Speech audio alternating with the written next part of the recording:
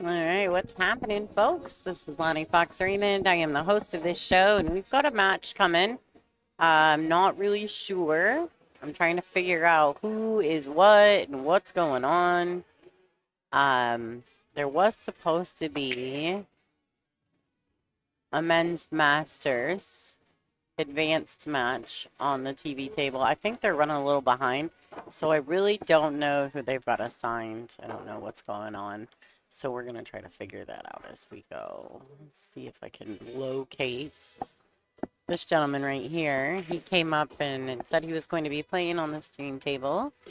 I don't know who his opponent is. So I'm going to try to locate the match in the brackets. But it's kind of hard. They don't let me know who's up, who's doing what. Like, not really sure, to be fair. So, I think he may be up against Pat, but it's not been... No one's given me exact details just yet. So, anyway, guys. So, the match will be starting soon.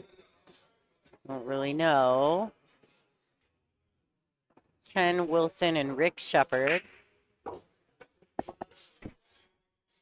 I'm pretty sure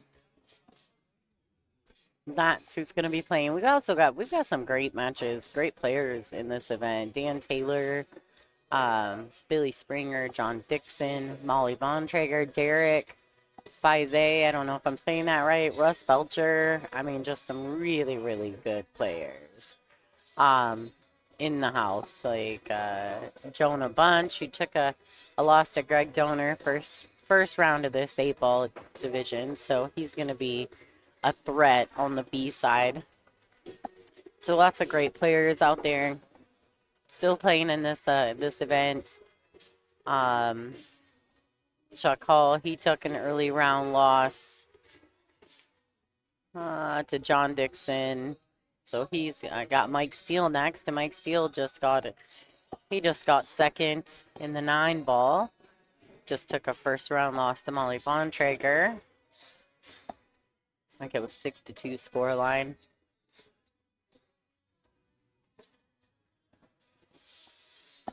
Yeah, so lots of pools still left to be played this evening. We got a few more rounds still. I don't know how late they'll go. I know they're going to try to push as far as they can, of course. So if you guys are not familiar, I did play a video. A special thank you to all the sponsors for this event. Aramith and Simonis added $5,000 to the team event, which will start tomorrow. And, there's the Greater Midwest Pool Players Association. Special thank you to them, as well as Midwest Remodeling, Doors and Windows Supplier, and RJ Q's, which is located locally right here in Valparaiso. We're in LaPorte, but Valparaiso is very close. He is he makes cues. They're made by hand. They think he's the best. So big shout out to RJ Q's out of Valparaiso, Indiana, for supporting the stream and the event. So many good, as well as Tiger Amusements. Pat, that's Pat's company. He is basically like a vendor for pool tables. So big thank you to them for supporting me and what I do. I appreciate that.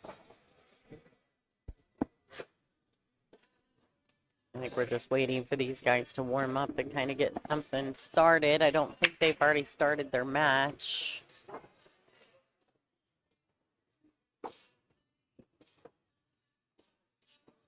But I'm pretty sure. So it looks like these guys are pretty evenly matched. So Ken Wilson is a 1797 CSR rating.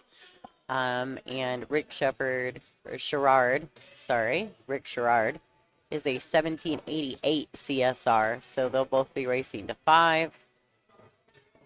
This is the winner side matchup at the men's 8-ball Advanced Masters.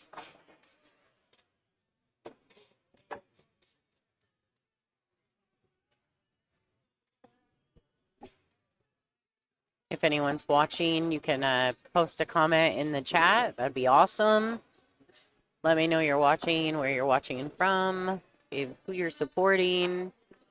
I always like that stuff.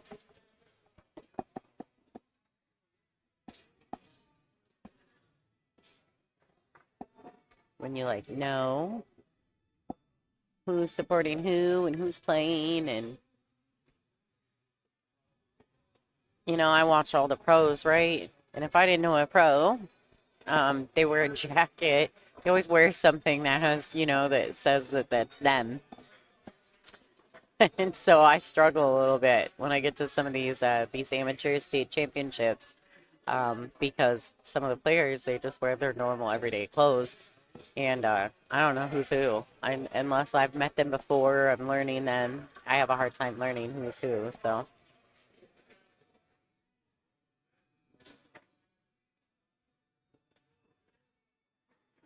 we'll get it figured out here pretty quick, though.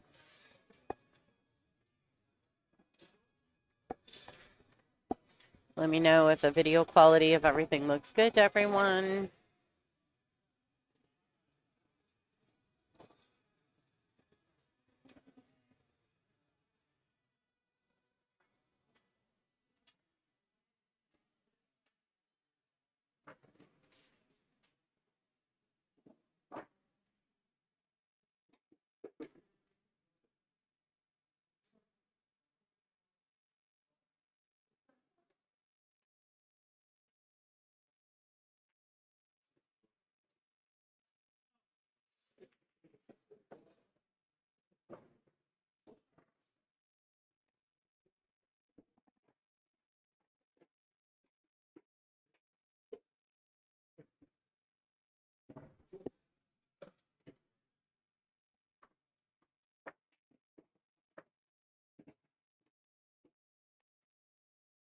All right, so I think they have started their match. I must have missed it when they flipped or lagged or whatever. We'll see soon enough what's going on here.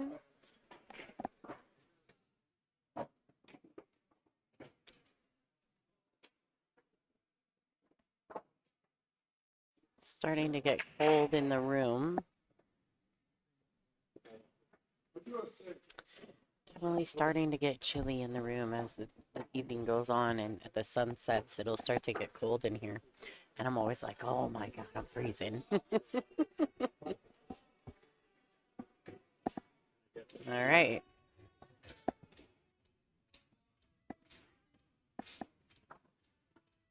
My headset's starting to knock. I don't know what's going on, like if it needs to be tightened up or what's happening. I can hear it though. It's a decent safety.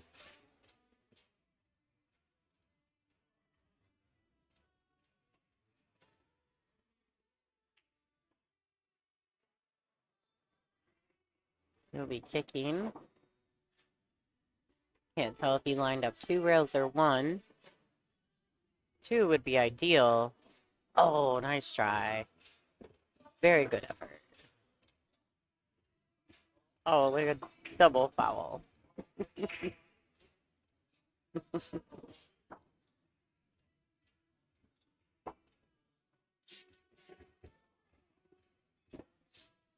They always say that though, don't they? The double foul. Like, you get 2 ball in hands. No, nobody gets 2 ball in hands. Sorry, I didn't realize my mic was so far away from my face. I apologize, guys. I must have had it tucked up and away when I was doing some side work.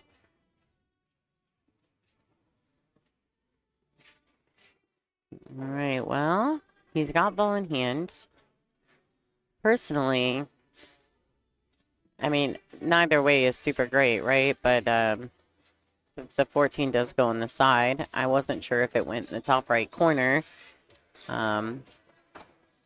He's a little off angle here. He could readdress this, though. He could go ahead and shoot the 11 if he's not comfortable. Yeah, see, and there I feel like he just kind of sold it out a little. Got impatient with the decision-making process, which does happen. I'm guilty of that myself. I did that actually in the Scotch. Was feeling not yourself, and so you kind of stand there for a while trying to make a decision, and you're like, yeah, whatever, just do it. And of course, it'll cost you. All right, so good shot there. He does avoid the clip on the 14. Comes back across for the 8 in the top left. Taking rack number 1, I do believe. We'll see here in just a second. As soon as they score their match.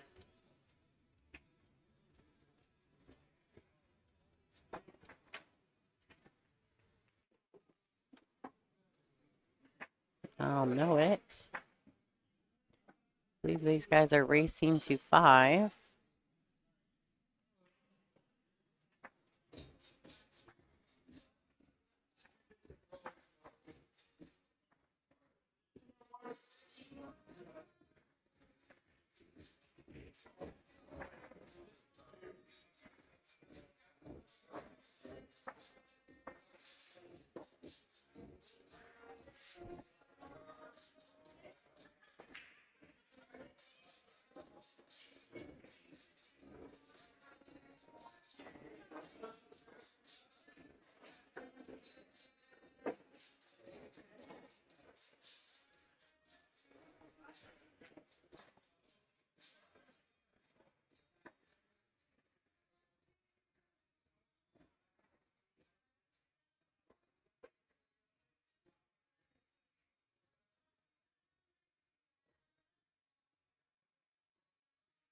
All right, so Ken Wilson.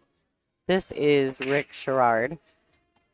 Let's see.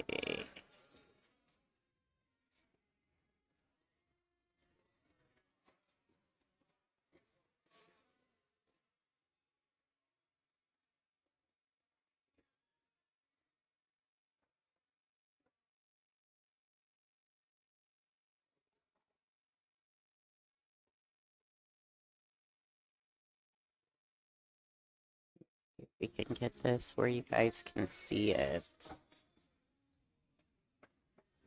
I have to kind of cheat this system a little bit with these scorecards because the CompuSport doesn't really give us like a streaming link. So Ken Wilson, this is Ken at the table right now. He's 1-0 over Rick. This is a race to 5. Kevin is going to be on the left of your view, on the scorecard at the top right of your screen, and Rick is going to be the right. I know Ken was sending the link to some people at home to watch, so thank you guys if you're watching. Thanks for tuning in.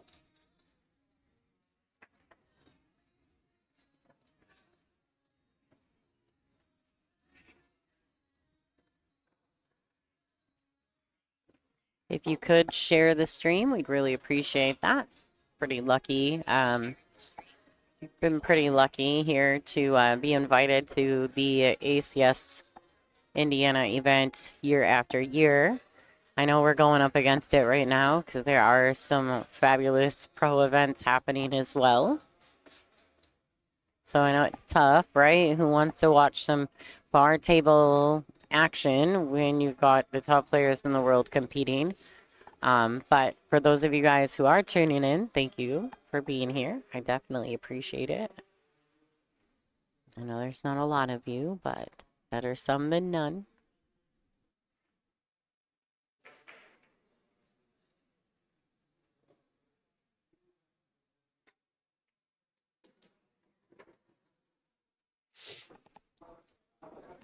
What's up, Fathead? He's in the chat. How you doing, Scott? Miss your face.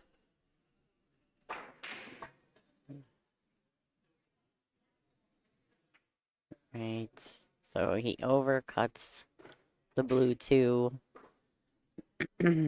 Rick's got a good swing at it. Everything's kind of open. Thanks, Fathead, for sharing. I appreciate you. It's brutal for this event, going up against the big predator events that are happening. It's tough action. But I know all the people here, they got tons of family that are probably supporting. So if you are in the chat and you're family to one of these guys or friends or fans or whatever it may be, go ahead and jump in the chat and say hello. Kind of keep things interesting for me. Give me something to do. All right, so he's in a spot here. He may have to go ahead and play the combination. Just like that with follow cue ball. Nothing wrong with that. And actually, this isn't terrible.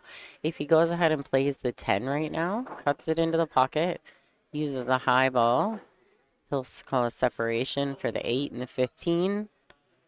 Potentially leaving himself a nice look at the 14 as well. Just have to be mindful that you don't push the 5 in the way of the 13. All right, so he is going to call the 12. Sorry, I said 10 ball. It's the 12. No, but he can't miss it. He did play it with the right speed, though, to get the 5 out of the way, so it didn't tie up with the 13.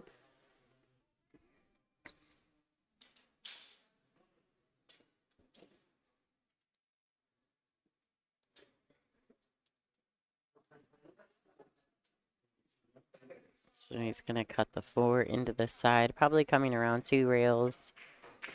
Just like that. Nice little bump on that straight ball. Should be just fine.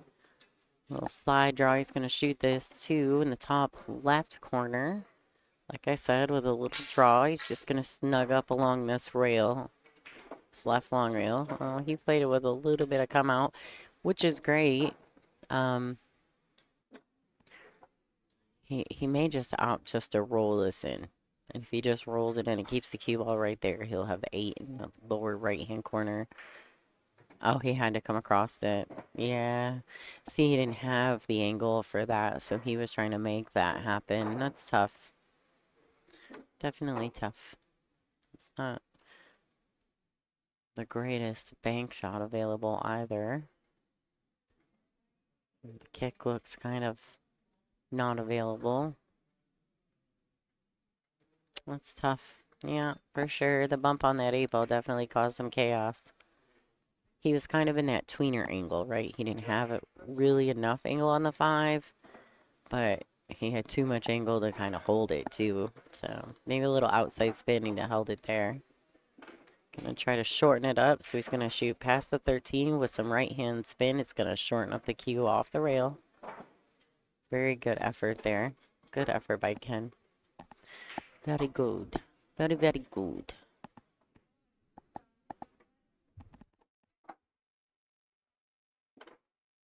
It's wild. It's kind of quiet in here. It's not usually quiet in here. It's usually super loud. Like, someone's always playing the jukebox. Alright, so a good roll in by Rick. He really wants to kind of get something started with alternate break format. He doesn't want to let Ken get too far ahead of him. It's going to be too hard to come back.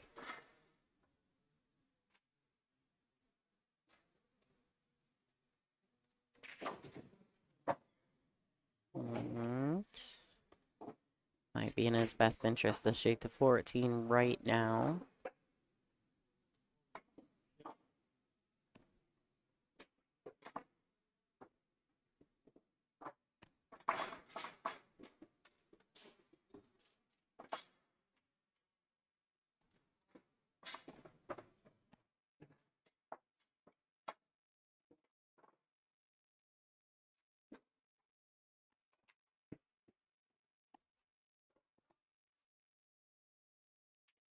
So here's a look at the room.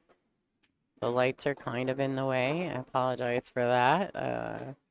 Last year they didn't hang lights. This year they've decided to hang lights, and of course, I'm up above all of them. So, uh-oh, if this falls in, yeah, that counts. Oh, it does not. So it leaves this 8 ball for Ken to take rack number 2 as well.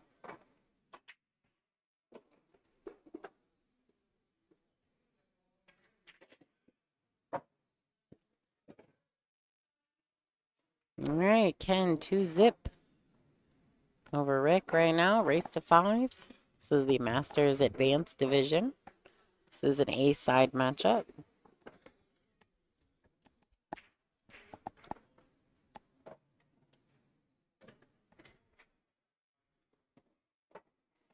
Hi, Tony. Any plans for the Women's A-Ball tournament in Green Bay? Yeah, so they are going to do the Women's World 8-Ball Championship in Green Bay again at Oneida Casino. I don't know the confirmation exactly. I know that my husband and I will be on a cruise, so we will not be attending. I'm not happy about it. Like, I'm not happy about not being able to go. Especially because I'm likely to get an invitation, but also because of the streaming. I love 8-Ball. That's obviously my favorite. And to not get to go and have to turn down an invite to a world championship is not my favorite at all. I'm mad about that. But to not be involved in the streaming and to be a part of the moment, kind of sad about that. But you know, I'm not changing my trip to Alaska. So it's my husband and I's 10th anniversary, and we want to do bucket list things on our big anniversaries, right? So, yeah, it was a great time last year, and it was a fabulous event. What a great final that was. If you haven't seen that, go to WPBA Billiards on YouTube and check out the very last match we did for the World Championships, the Women's World 8-Ball, because that match between Jessica Centeno and Jasmine Ocean is fire. Like, one of the best 8-Ball matches I think I've ever seen played. And by, you know, two of the best players in the world, it was pretty awesome. And I got to do the last match commentary with late Mika Immonen. So, you know, there's a lot of things that tournament has good memories for me because of some of the moments. It's pretty sad that I don't get to go, but it is what it is. Oh, he's going to lose the cue. Don't go in there. It's dark in there. All right, so no bueno. Rick comes to the table with ball in hand. Now the score is 2-0. Let me see if I can refresh this really quick. There you go. There's a look at Ken. If you go to CompuSport. So it must be they haven't updated their score. I don't know if it's me or if it's them or what.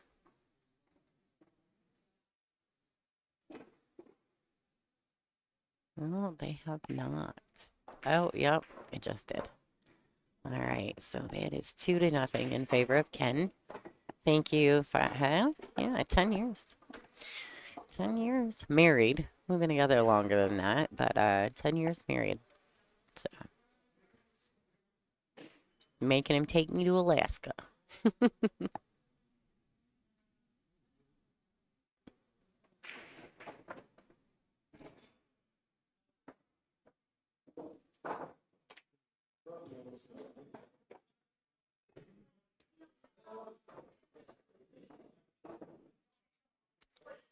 Here's a little pointer too, and I try to in 8-Ball we have a tendency to make shots go or look like they go when they don't always go, and we'll shoot them anyway. Don't do it.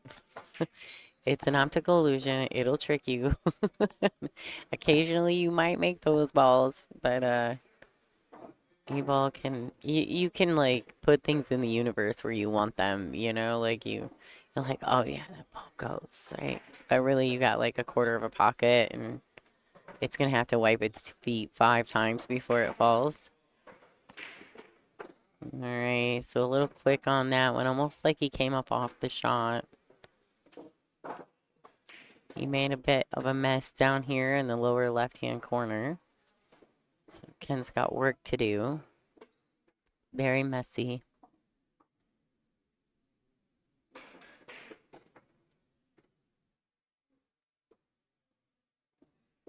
I mean, to be fair, there's like a couple decent safeties here too.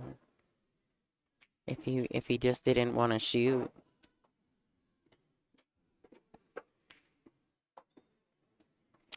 Yes.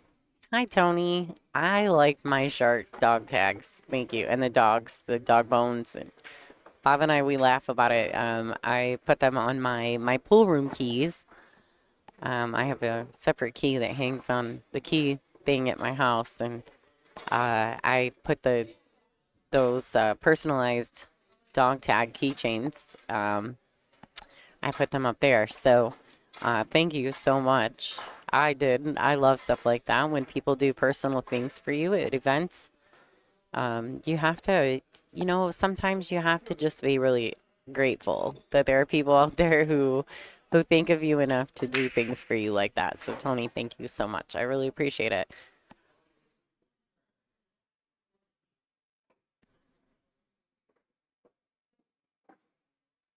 Matter of fact, my husband just sent me a picture of my crazy dog.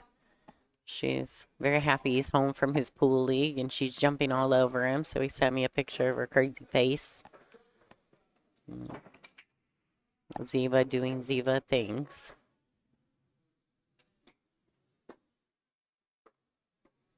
I tried to bring her with me to this event, but they told me I couldn't have no pets. Wow, that's a really nice shot by Ken. All right, so he's got more work to do, but there's a couple options here, actually. I like really digging in and cutting this one ball in and dragging the cue ball, maybe with some right hand low English. It'll throw the one ball to the right hand lower pocket. Kind of come up and catch those. If he can hit it fat enough, he might be able to catch those stripes.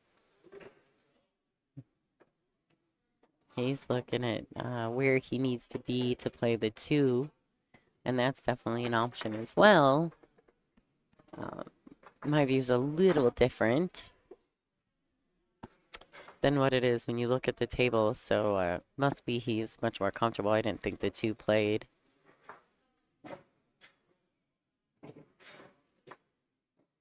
All right, now here things can get tricky, and this is where he should have had those balls. He should have went after those balls earlier. Now, granted, he may not have had a lot of chances at it, but with 8 ball, you don't want to leave those balls for last, because what's going to happen is he may not get a clean look at the 6. He's got to, play the 2, bump those stripes out of the way, and then the cue ball is going to die. It's going to lose momentum. And when you got a couple balls that you're moving, not just one,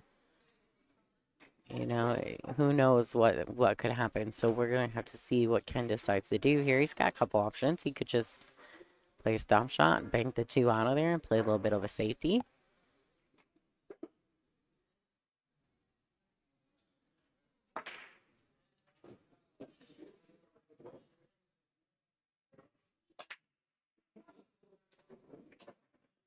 No, I definitely don't think it's possible to shoot the 6 between the 8 and the 11. I don't think there's enough room up there.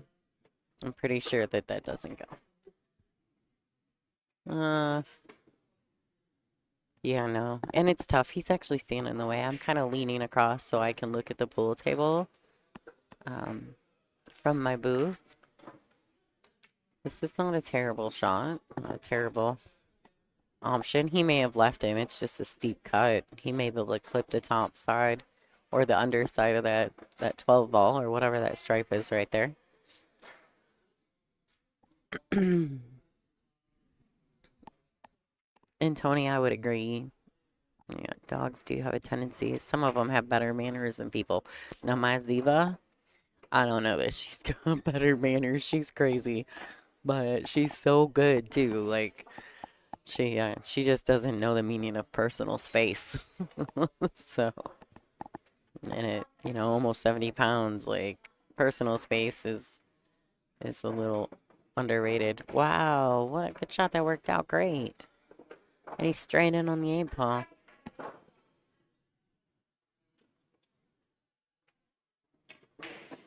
All right, and there you have it. Ken taking rack number 3. He's got a very solid lead, 3-0 over Rick at the moment. It is a race to 5. You can see Molly Bontrager in the top of your view. She's playing right now versus Derek Bize, and I'm not sure if I'm saying that right, so I'm so sorry, Derek, if I mess your name up. But she's playing pretty quick and loose and enjoying herself in this event, so.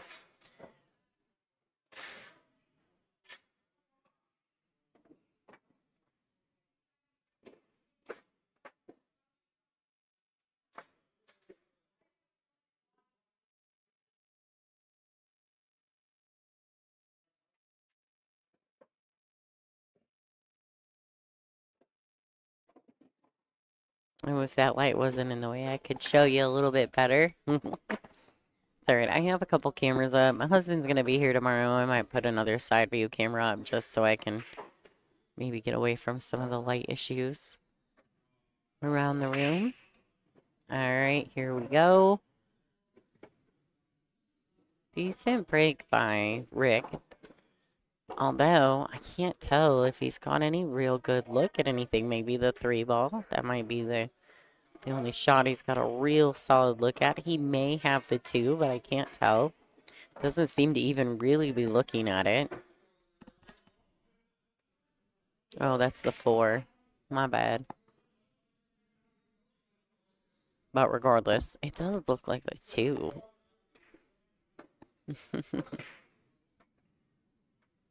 Right. So he might be back cutting the 9, and he was. But he's opened up the 1, and I think Kent's going to take these solids and go for a ride. I think if he can get between the 5-1, you shoot the 6 first and shoot the 7 second.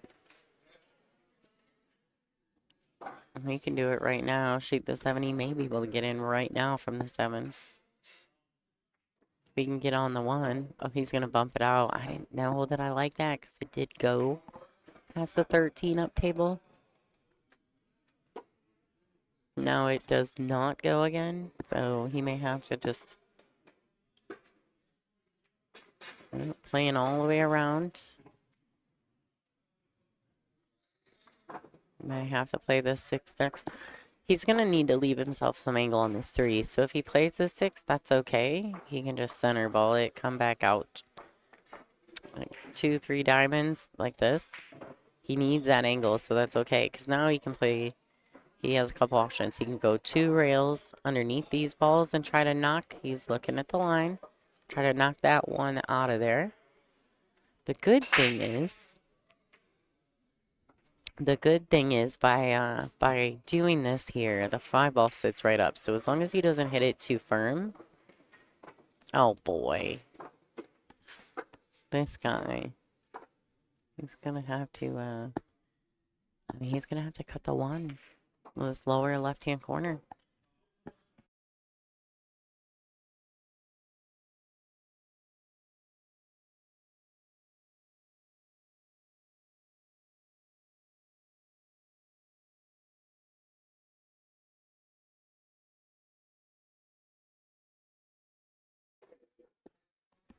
Yeah, occasionally you only, like I seen your comment, Fat, had about not moving balls if you don't have to. I would agree with you on that. If they have a pocket and it's a playable position, then go for it. That 1 ball, I felt like it had a pocket past the 13, and it was kind of an unnecessary bump into. I don't think he intended to push it that far down the table, but regardless.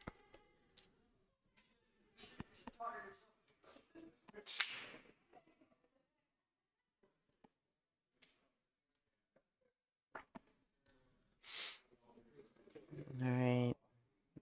Needs to be mindful not to overcut this. If he plays it with a little draw outside, he can hold the cue ball there a little bit easier. Oh. And I think he was fine in the window of the 5, too.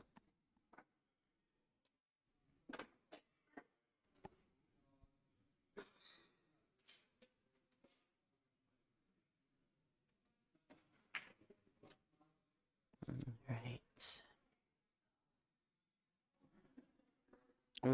Rick having taken an early round loss, a couple, racks.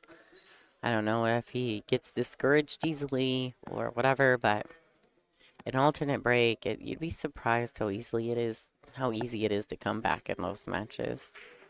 You gotta try to stay positive, and if you can, I shouldn't be allowed to tell anyone about staying positive. I struggle bus regularly with the mental side of pool. All right, so man, that's how it works a lot. When you do actually catch the gap between two balls for position, of course you track, a couple rotations too far and can't see the 5. But man, if he looks at kicking this, he's looking to come down to the short reel and kick the 5 up table. Boy, he's got to hit it with a little pace because that cue ball's got to go. Oh, he's kicking up table to the short reel. Man. The only good thing is if he does knock this in, he's probably going to have sight on the 8 ball if he does make it. So that's cool.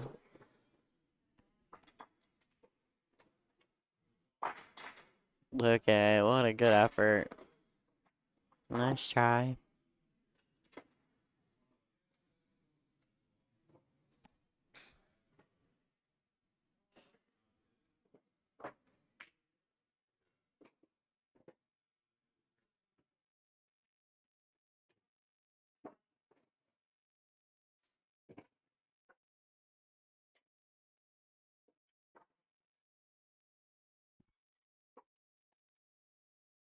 All right, so he just wants to take his time and make one ball at a time. Nothing's tied up.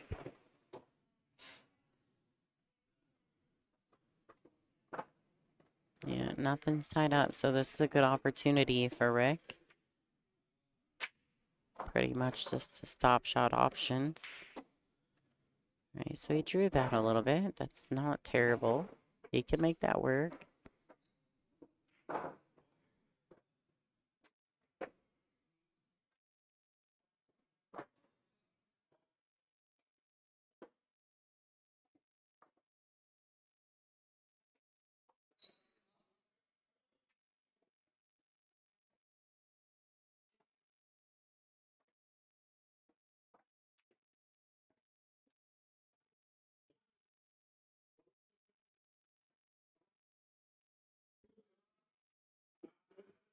All right, another nice shot by Rick, but just really doesn't travel the cue ball far enough.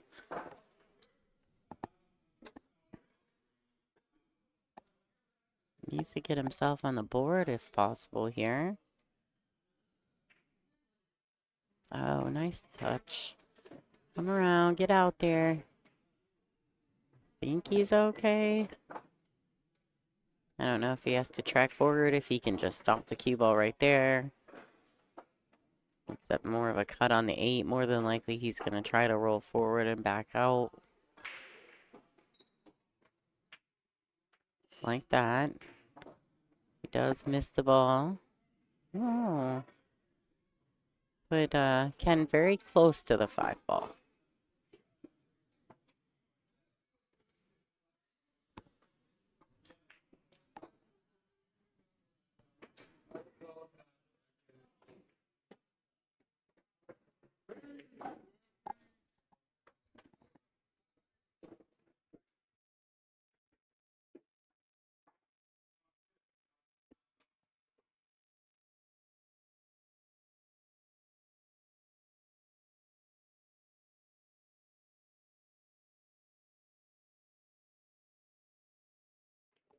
All right, this might be the opportunity Rick needs to get on the board.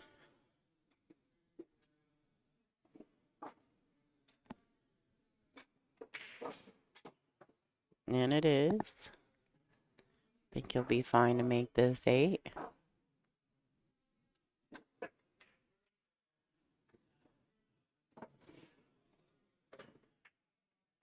All right, and he rolls it in. Cue ball's fine. Rick's got himself on the board. Score is 3-1. They're going to be racking. Let's check out our sponsor video for the sponsors here for the ACSIA.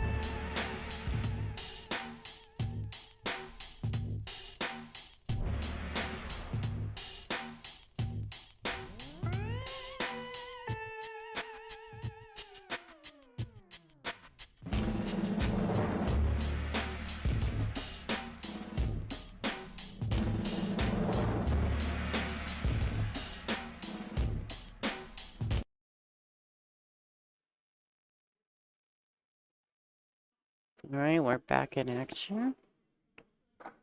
Here we go.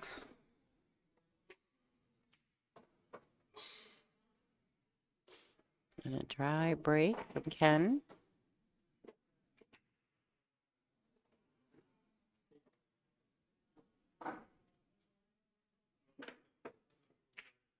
Yeah, it's funny to me, coming to this event, like, I'm starting to know more and more of the players in the room. This is my second year here.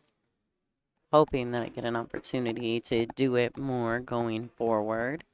As long as it doesn't coincide with any of our WPBA stuff, I don't mind coming and hanging out.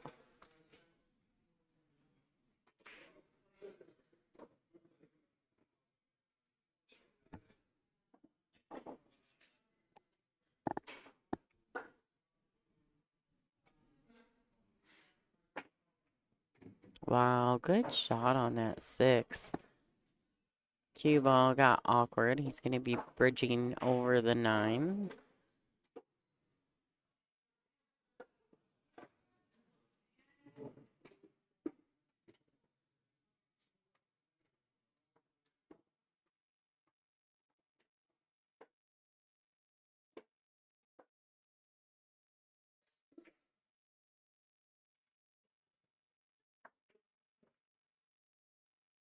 Wow, no problem whatsoever for Rick. Queuing awkward, jacked up, and all the things, and still manages to drain it to the back of the pocket.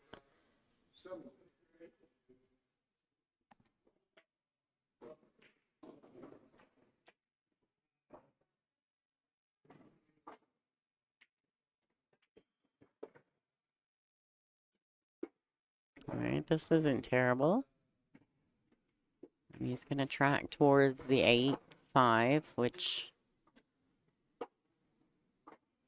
you know, honestly, if he could get in the window of the 1, it would be better, but I think he's a little steep on the 3 to do that.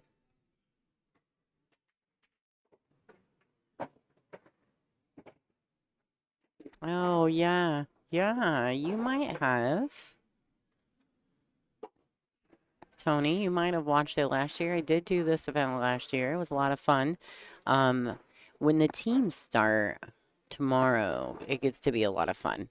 I have a dual screen, a 2 screen that puts both these tables in view. We're streaming tables 23 and 24. So I have the option to roll over to 24 if need be, or 23, excuse me, which is to the right of your view. So when team events start, I can play both tables. Yeah, it's a cool event. ACS kind of branched off, a group of them from like the BCA kind of group of people and started their own little league. And ACS, they've got quite a few states that have big events. And then they have a national event the week before VNEA at Westgate in Las Vegas. So they also do a national event. I know we have ACS in Michigan. There's ACS in Illinois, Indiana. Quite a few states, actually. Illinois has one of the biggest state tournaments you'll ever see. I think there's like 150 tables and like 1,100 players or something crazy. Because they actually asked me about streaming it. And although I would love to do that, I haven't really, you know, I can't really do it because their event falls right on top of the WPBA Racks event in March every year. So in a couple weeks, they'll have their state tournament in Illinois, and I'll be in New York.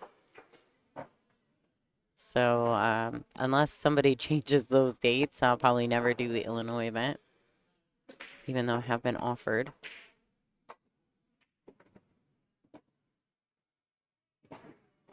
Right. Great shot. Got himself back out towards the center of the table.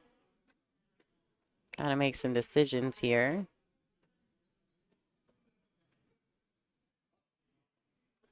I think the biggest thing is that he really wants to leave the 13 for the 8 ball, but now he's falling straight on the 11. And really to get back out, he almost kind of needs to roll forward and take the 13 next because otherwise he's going to have a tough shot. He could, this is something he could do. He could try to draw back, kind of go where he's standing right now, like by that right-hand side pocket and take the 10. He could do that, but obviously that's going to be a little bit tougher positionally than just accepting this 13.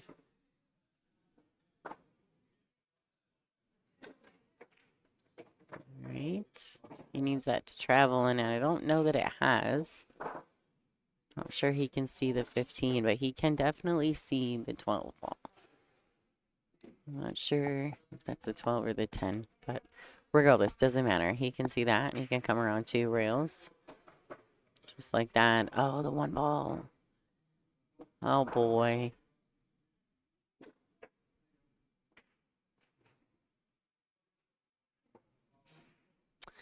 See, and I hate to say this, but that's almost like a product of poor positional plays early. Like, I hate saying that because you don't really, I'm not trying to discredit or take away from anyone's talent. I just know 8 ball, and I've been playing it most of my life. I'm a Hall of Famer in that discipline, and I'm telling you, like, once you get a hair out of line and you start making choices based on what's closest to your cue ball or what's easiest versus what's probably the right shot, it never fails. You get to the end of the rack and something like this will happen. Right.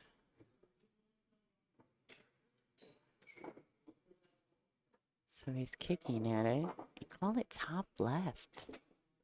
Is he kind of like real firsting it? Is that what? What a good try. Very sporty. He lost the rock, but still pretty sporty shot. I'll tell you what will happen though. I think Rick's going to be real happy because now he's going to have another win under his belt. Get closer in this match. All right. Well, all the way to the outside of that pocket. The score will be 3-2. Ken still winning at the moment, but it's a race to 5. And I think Rick may have just taken a bathroom break. All right, guys, I'm going to throw the Billiard Buddy commercial and then the sponsor video again. Give myself just a small break while Rick uses the restroom, and we'll be back in action as soon as they return.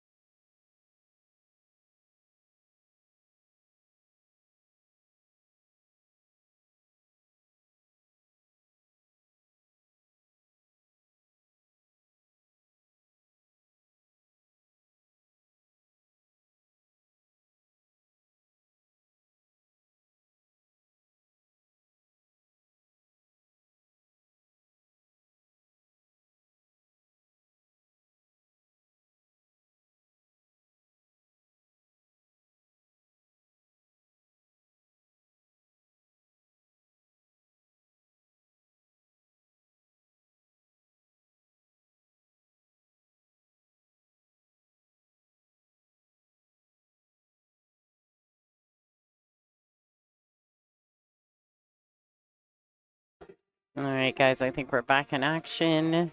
Try to...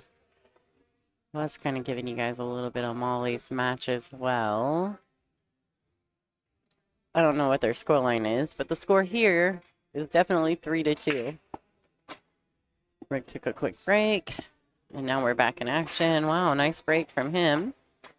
Yeah, Tony, super fancy camera work. It's actually kind of super minimal. I love this. I love these cameras. These are... I have the same cameras as the WPBA, and you know, obviously built that set, so I built this set. And I just love the cameras so much. So when we do a bigger event for the WPBA, I just bring mine too, and then I get more camera views. So yeah, I love that. I just like to show people the room. So this room is kind of like Fred Flintstone-ish. You can see the poles to the left of your view, and they're like a plaster like overlay. So I don't know if it used to be like a Great Wolf Lodge or if it used to be kind of like oh, what do you call it? The old holodomes. But this place is really cool, and it's got all these different like levels to it. It's pretty wild. So there's 6 tables in here, and there's 2 tables in the bar on the other side of the hotel, and then 6, 7, 8. So I think there's like 26 total. So there must be 18 in that other room in that range. 17, 16, something like that. Anyway, there's it's pretty cool. I mean, it's not a huge venue, but the rooms, I mean, you can kind of see it if I zoom that back out of this, which I will, just because you can see the balconies, or not just the balconies, but you can see those sliding glass doors at the back side of the room, and then if you go up, there's multiple tiers. So I know that these guys are playing and they're probably not enjoying the fact that I'm going away from their match, but so see, there's multiple tiers in here. I mean, it's cool. It's a little dated, but it's super cool. So go back. And normally they don't hang lights in here, but I'm kind of glad they did this time. The only thing is that it doesn't really help with my cameras up high because I keep them really high in here. So I'm gonna have to work on that for next year. I may have to get a little lower. I just can't zoom around the room when it's lower. So not as well. Alright, so decent play, but I'm thinking they can snuck that forward. So I think, oh, maybe yes, not. Rick must not be able to see it. Alright. Well.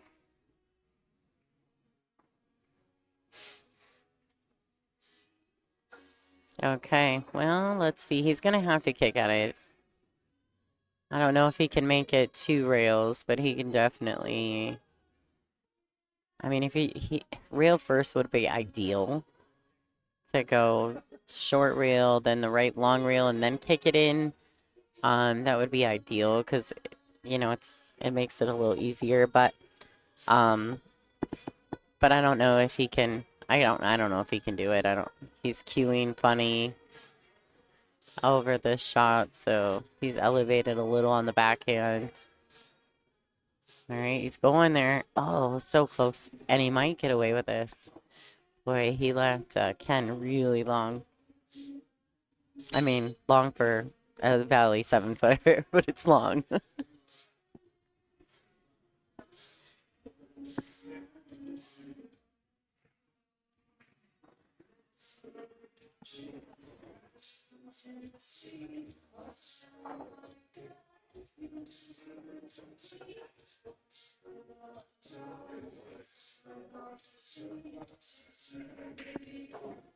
Oh, great shot. Wow, he hit that really well. This is not the first time that I've seen Ken play. I've seen him play before. I know he's a solid player. He's in the Advanced Masters for a reason. I think this is his second round. I think he has a first round win already, so I believe. I could be wrong, but you can follow along with any of the brackets on CompuSport. If you're not familiar with CompuSport, go check it out. It's kind of cool. It's very similar to Digital Pool, maybe a tad behind in technology, but only in a few ways. And I love the scoring options, you know, just to tap the box. And all these players are scoring from their phones. And then I kind of go into the website and I screen capture the scorecards because you can go and look at the scorecards as well. Anyone can. But I really like it for the team events. The way they score their team events, they use a 10-point system very similar to Valley, VNEA. I think they use a 10-point system. uh, it may just be a win-loss. I'm not sure. We'll have to figure it out tomorrow when the team starts. I've done so many tournaments here this last year. I'm kind of brain farting.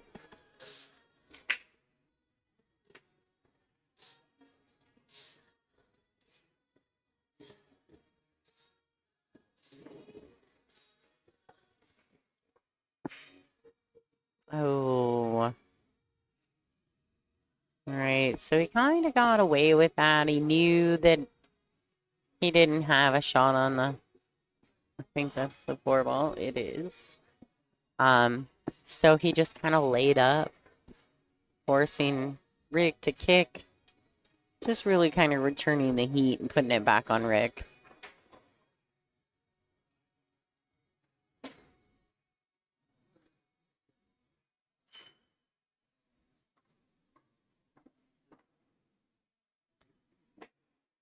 All right, so he's kicking. Oh, he can see it. He must be crossing over it. Yeah, good effort. Hi, Tony. I don't know if I'm going to play in the team event. So last year I ended up jumping on and helping somebody out because they didn't have enough players. I do have a CSR rating from, you know, playing in ACS and VNEA. So I do have a CSR rating. And my CSR rating is pretty high. So I don't know if I'll get used this year or not. I know my husband's probably on a team, but he won't be here till tomorrow. I, on the other hand, though, I'm probably a tough field just to field me on any roster because my CSR is pretty high. All right, and there you have it. That puts Ken on the hill 4-2 over Rick.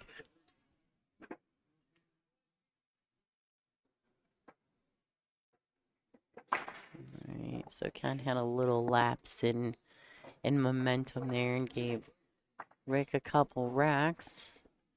Rick gladly took them, no problem with that. But it looks like Ken will be breaking next, and he's on the hill, so we'll see if we can get something rolling and close it out with a bang.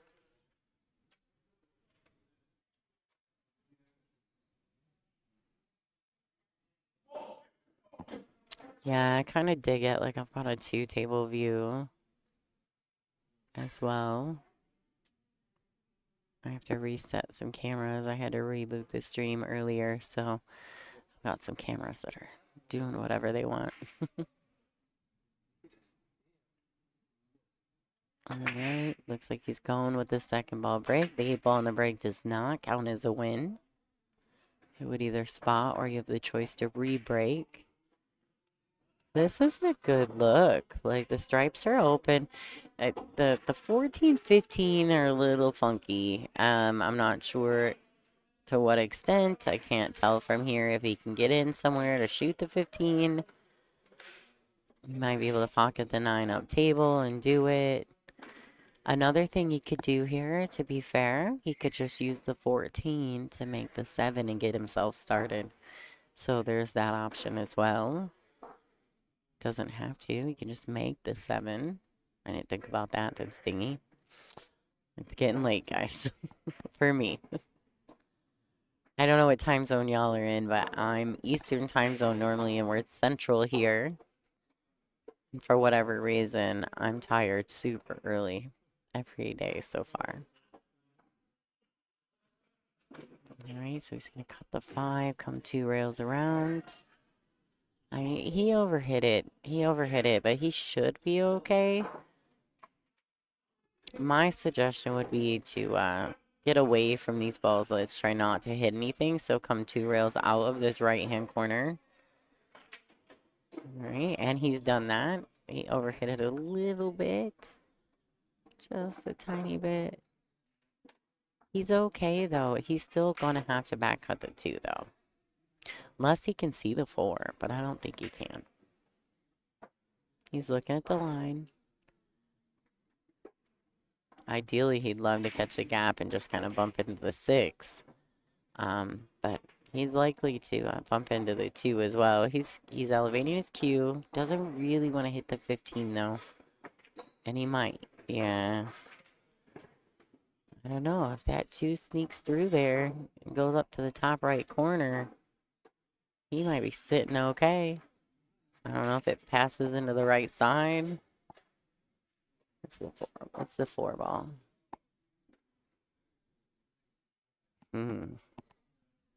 Yeah, this is tough.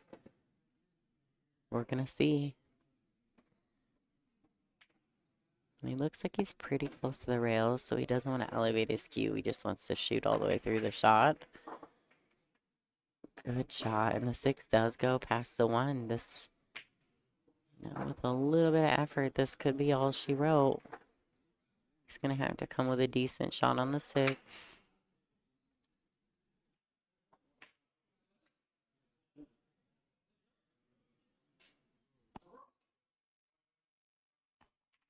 Guys, if you know anyone that's playing in this event, please make sure that you're, oh boy, did he overstrike it? The worst part is this is such a tough position to be in. He can make the 1, right? But now he's got to split the gap. He's got to make the 1, get the cue ball, come through the 9-15. You can see he's looking at that line. But he doesn't want it to turn over and go wide off the second rail. He wants it to come straight back across, so he has a decent look at the 8. See, he's looking at the line. You can see it. And this is where it's tough because you want to center ball this, but you don't really want to use spin because you don't want the cue ball to react funny. But with center, it'll naturally come back and forth. All right, so he overcut it and missed the whole ball, which is why the cue ball traveled like it had a high ball on it.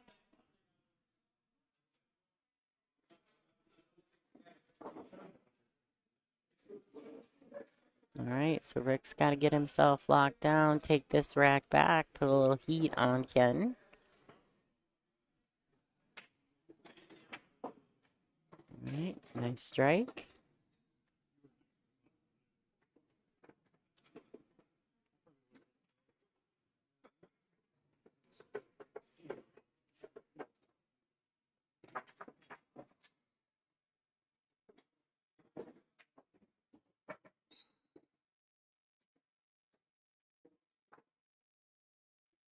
I don't know if I like leaving the 13. Personally, I might just shoot the 13 and get it over with. And really, if he can just shoot it, he can shoot it like a stop shot. He doesn't have to do anything with it, really. He's going to go forward. Didn't have to, though. He's sitting pretty well.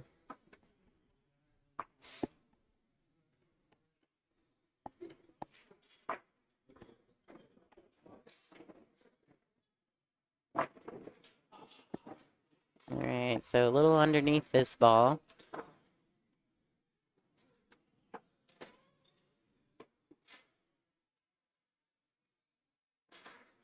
He seems to go up and down on the cue ball. Oh, boy. Oh, and he makes 8. Brutal, too. Now, what always worries me when people get in this situation, right? If he kicks at this ball, and say I'm the one, and he kicks at the 9 ball, I'm always so worried because I tend to get left so badly in these situations. They make a good hit, and then miraculously I'm froze up underneath something. We'll see what Rick does. I don't know where he called it. I didn't see if he's calling it, if he's calling the bank into the top right corner. All right, well, he's giving up ball in hand. That's for sure. Now, Ken has a good opportunity, but my suggestion here would be to hit the 8 in the face. Like, don't come under it. Try to go right into it.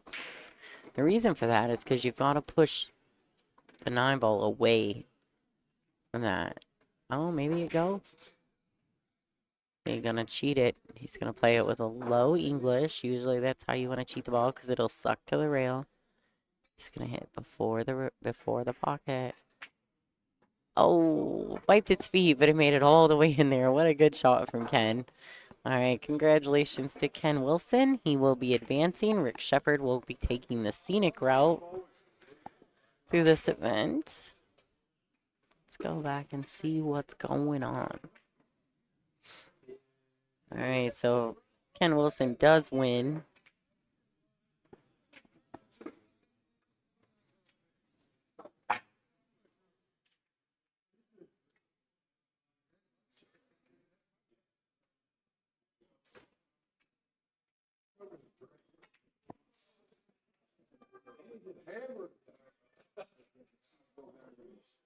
All right, let's see if it's all still going. So Molly lost to Derek. No, yeah, she lost 5-1. All right, well, I didn't see that. I thought I saw her playing more. She'll be playing Todd Grant next.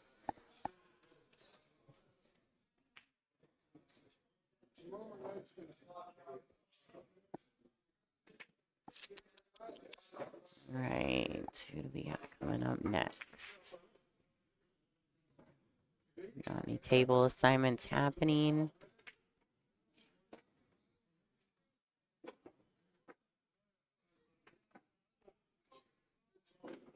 Looks like Tony Gum and Billy Springer are playing. They're playing on table 5, and that's in the other room, so I can't get to that one.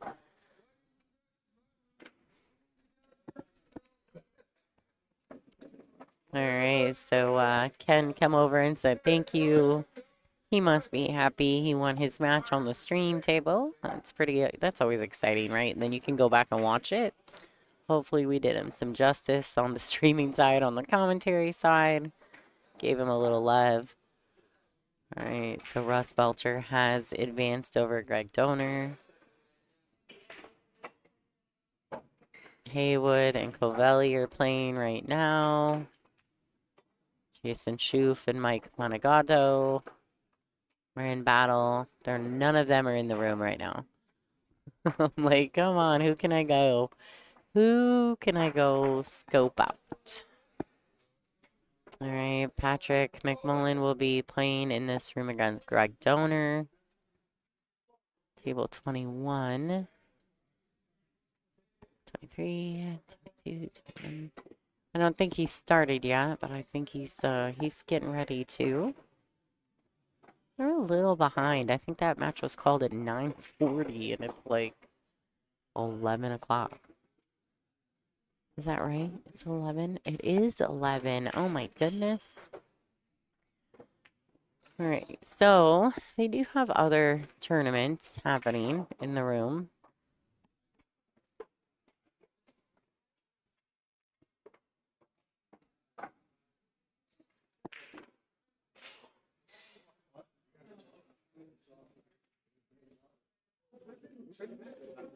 They've got a women's 8-ball, which is an open division. They did have a men's 9-ball. They have a men's standard, which is kind of like it's not the open. It's like just a tad. I think it's just a tad below the open. But, you know, they had a pretty decent showing. I'm looking at all the different divisions, and so the women's 8-ball only had 12, but that's okay. But they have men's 9-ball had 45. Men's standard B 8-ball had 32. There were 30 in the men's 8-ball seniors, 49 in the open, and then the men's advanced 8-ball masters / advanced or whatever had 24. So, you know, I feel like that's not a terrible amount considering that, you know, this is a smaller event.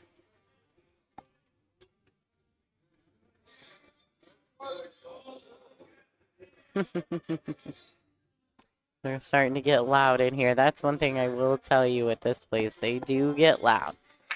All right, guys. Well, we're going to take a break. We're going to wait for the next match to come. Um, hopefully as soon as I know.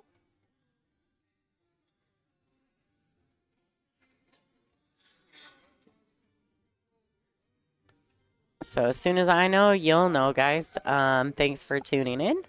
My name is Lonnie Fox Raymond. You are watching the 2026 ACSIA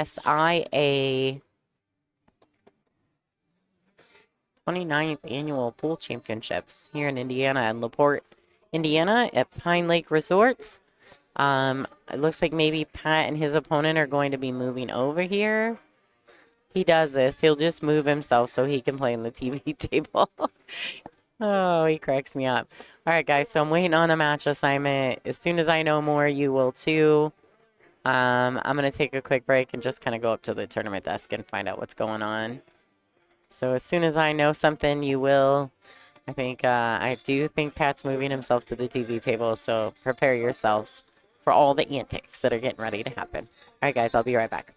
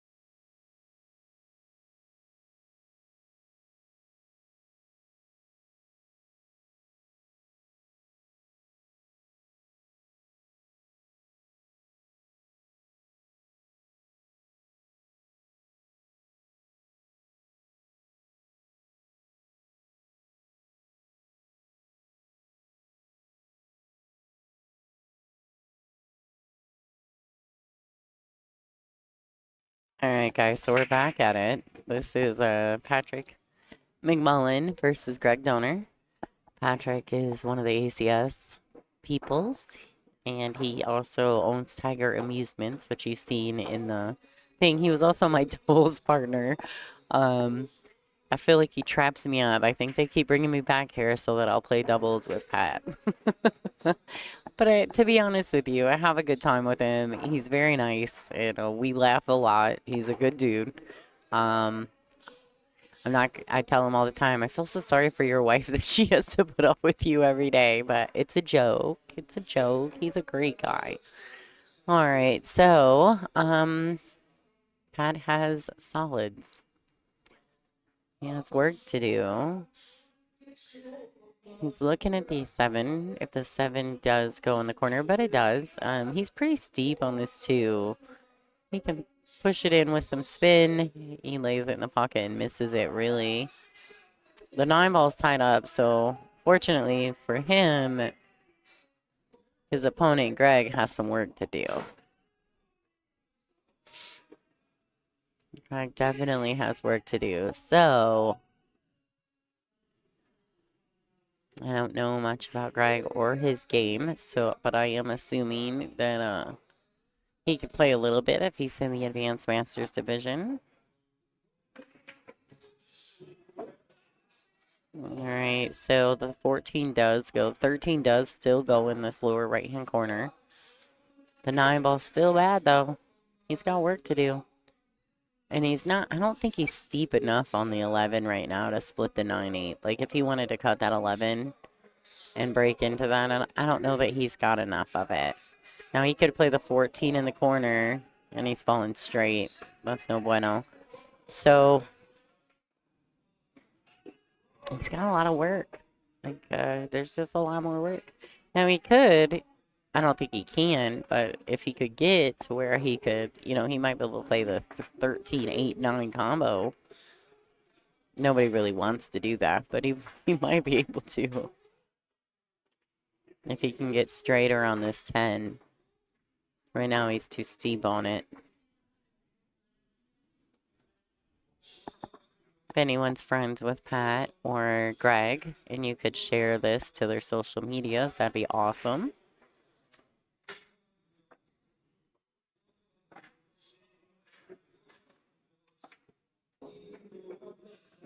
All right, so he plays the stop on the 10. Around that ball in the corner. I think that's the 15 that he's shooting right now. Look, he's going for that 3-ball combo. I'm crazy, but I must not be that crazy. It might be really all he's got, to be fair, and it's the first rack of the match, so I feel like if you're going to swing at it, this is when you swing at it.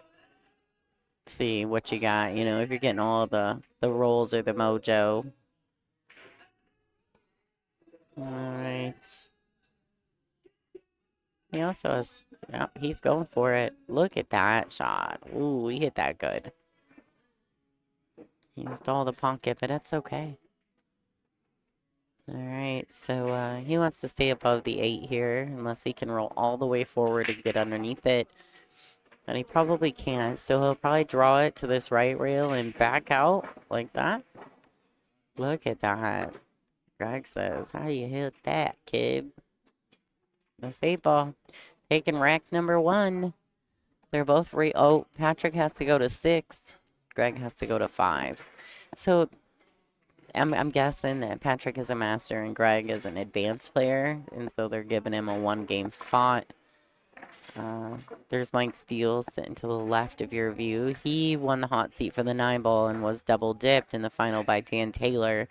But to be fair, if they had played last night, I don't know if anyone would have beat him last night. He played really well in his hot seat match against Jonah to secure his spot in the finals. And then, of course, it's tough, right? You come in, and they've played a couple matches, and you're coming kind of cold, right? And end up getting beat in the final. It's too bad. He played great through the whole tournament. But second, I mean, it's not slouchy, so...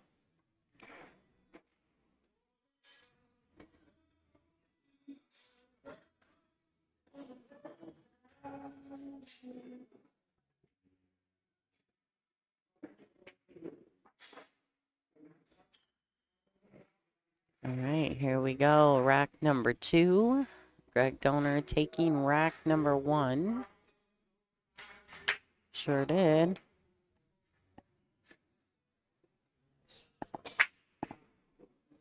Greg's going to be on the right side of your view in the score sheet, and Pat is on the left. All right, so he does make something on the break.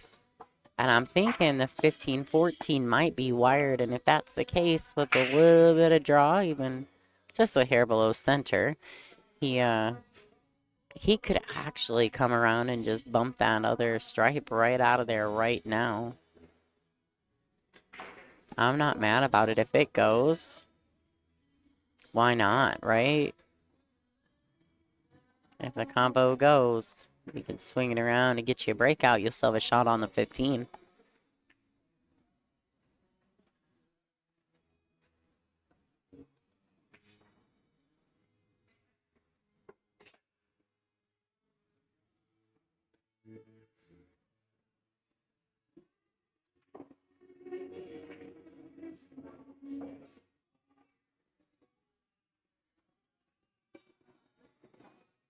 All right, so Greg's making some decisions here.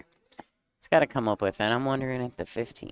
14 isn't wired to the side pocket. I was really hoping for him that it was. Maybe the 5 goes off 14 in the side. Ooh, and he misses it. But he does miss the 14, so I mean, really, I think that was more played for the cue ball.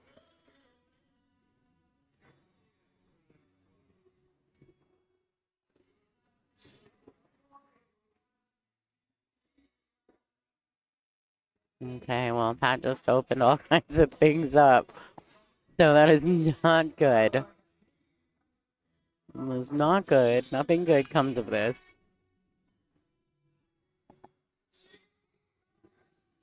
Guys, I might try to go locate some coffee or something. I am freezing and I need something warm. So you guys watched whatever's happening here in this match, and you guys are going to have to get me caught back up when I come back in. So I'm going to go grab something to drink and I'll be right back.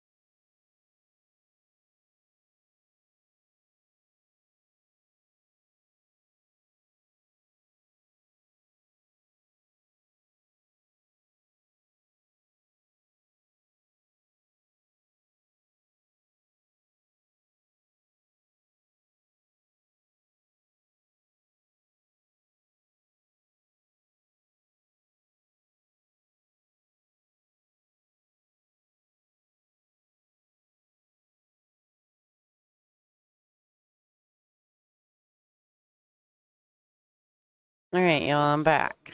What's up? Pat snapped one off. I got him one. That's good. He'll be happy about that.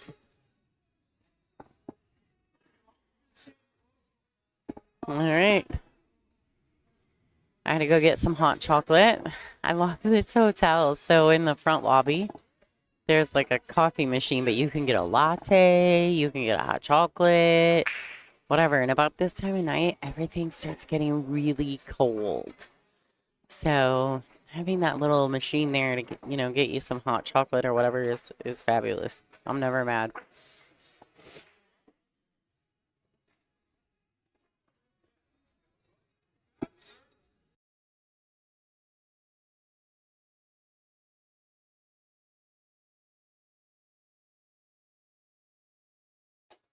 All right, so Mike's kind of trying to stay on a pathway, but not really. He likes to talk smack. You can tell he's picking on him. He's a good guy. Like, I like Mike a lot. He's funny. He plays pretty well. Him and the young lady, Ashley, the blonde that was sitting down, they played doubles together. And we played them in the finals last year here in the Masters. I'm not exactly sure why they're in the Open this year, but they are. Maybe everybody moved up to play in the Masters. I think maybe we were spotting everyone a game. I'm not really sure. All right, Pat's got work to do, but a lot of things go here. He's looking. I don't know if he's got. I was kind of talking about Mike and Ashley, so I don't really know if he pocketed something. 2, 3, 4, 5, 6, 7. 1, 2, 3, 4, 5, 6.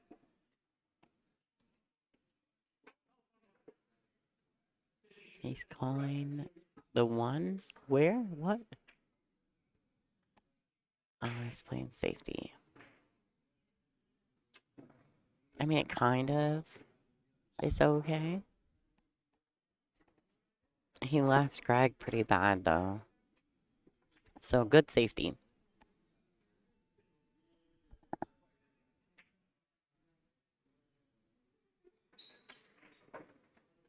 So, if anyone that was watching, has anyone been watching the Predator event? I know the USA had to play Germany, the reigning champions of that event. Does anyone know how they did?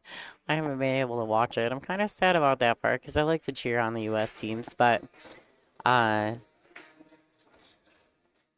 not sure. Yeah, it's a nasty little mess down here for Shizzle. The lower right-hand corner is definitely jammed up, but we will see what Pat decides to do with it. He's the one that kind of put the one in that mix before. The one didn't really go, so I think he was trying to open it up so everything went. But now he's got a very precise window that he has to be in.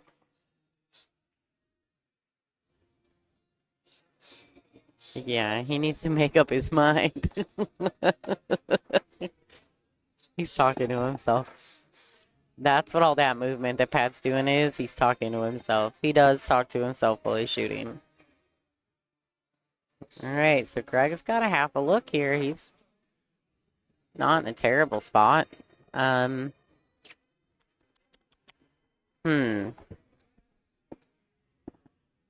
14, 15 are a little funky. 9, 11, I don't know. But it's messy. If I was standing at the table for some reason with 8-ball, this seems easier when you're standing at the table than when you're sitting here watching it because your brain goes crazy. It like gives you all these different crazy ideas. No, it's not open, I don't think. Is it still open? Is it really still open? Wow. All right. Well, he's going for it. I guess I didn't even realize that it was still open. Oh, no. All right. Well, it's still open then. But here, Pat has a good breakout opportunity.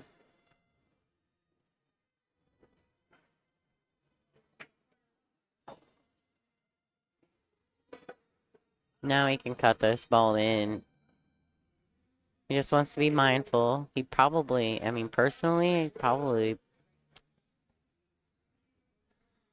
Oh no, he's playing more safeties. Still not ready to go, huh? All right. Now he's made those balls messy again. My goodness. Oh my goodness, folks.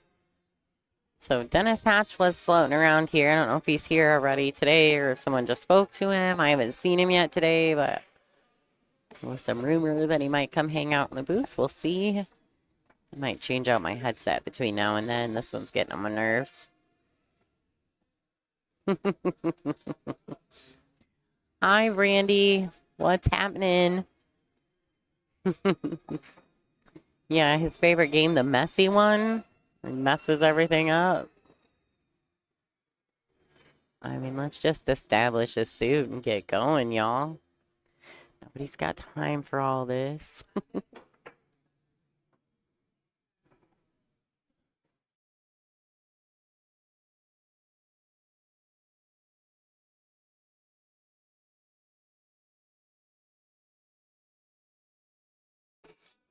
Oh, hi, Michelle. Hi, hi. How you guys doing? How did U.S. do against Germany? Does anyone know? Michelle, do you know? I've been sweating it. I can't watch it. I'm obviously working. Yeah, no. He does like, yeah, no. He likes some safety games, but, oh, we did? Oh my God. That's awesome that U.S. won against Germany. That is awesome because they're such a good team. Yay, us. Woohoo. All right, so that means Final Four. They're sitting in the Final Four. That's pretty sweet. All right, so I don't know what's going on at this point. The rack is a disaster. I don't mind safety games. I just don't always enjoy watching them. All right, Greg's going out. He's going for it. He's going to take, I think he's going to take a flyer. It's tough, though. Yeah, that 12 ball down here makes that a big, nasty miss. I don't know if he can get around it. Oh, he does.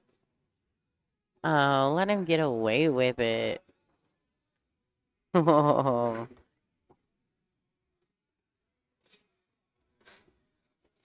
Pat's probably going to be all mad at me. I'm over here cheering on Greg. I'm not really cheering on Greg, but I just like good pool.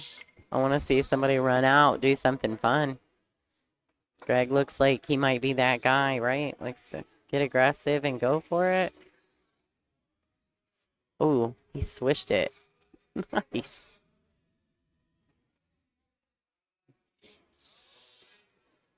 It's not getting easier, though. Now, if he can cut this 5 in, if he can cut it in, and I feel like he can, the 4 may go up table.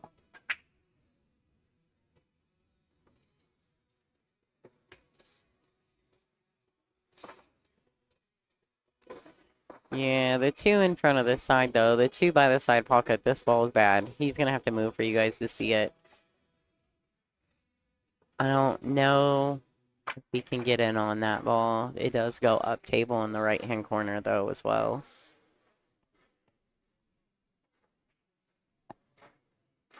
All right, so he overcut that ball just a tiny bit. Yeah, see, he's kind of getting behind the 2 looking at it right now because he knows he's got a window. The unfortunate part is I don't think he can make it in the side. I don't think he can get there. So, oh man, he's on the wrong side of this 4.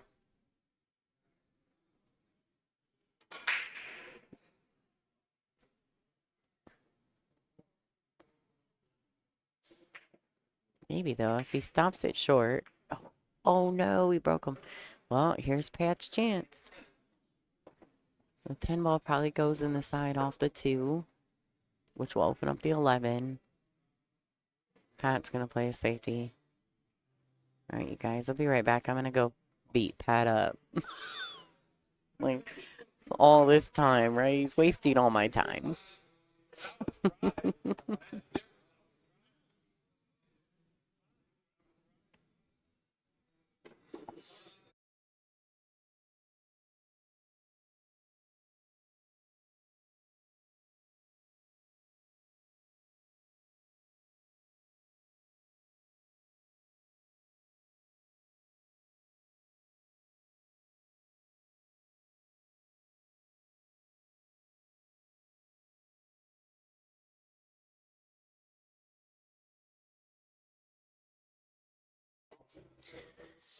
All right. What we got? More safeties. Although I will say the 2 is in front of the pocket. I don't know if Greg can get to it. I think he might be tucked under the 9 too far, and the 10's in the way. Or the 12, I'm sorry. I get those 2 mixed up every time. The 2 and the 4, the 10 and the 12. All right, he's saying go ahead. Try to get out. I think he's going to play another safety. He's going to pocket this 4 ball. Or 2, excuse me. Oh my goodness. I don't have to mess with my color and get it right. And roll forward. Oh, and then he doesn't pocket the ball in his eye. You got to make that ball. Oh my goodness. So anyway, I don't know if any of you guys have watched any of that Predator event, but brutal. But the team stuff is super fun to watch. Like, it's 3-man teams, 1 female, sometimes 2 females, but most of the time it's 1 female and 2 gentlemen. And it's just been a really cool event to watch. Oh my goodness.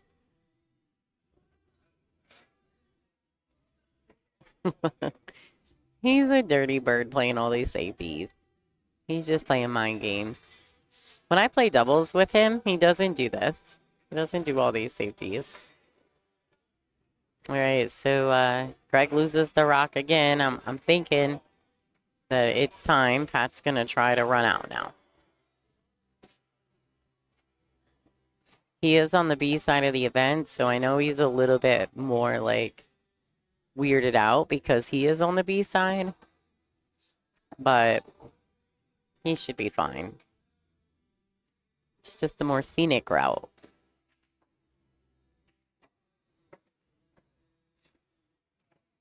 Right. Oh, Michelle, don't tell him he needs to be crowned the king of safeties, because he'll be like getting a shirt that says that.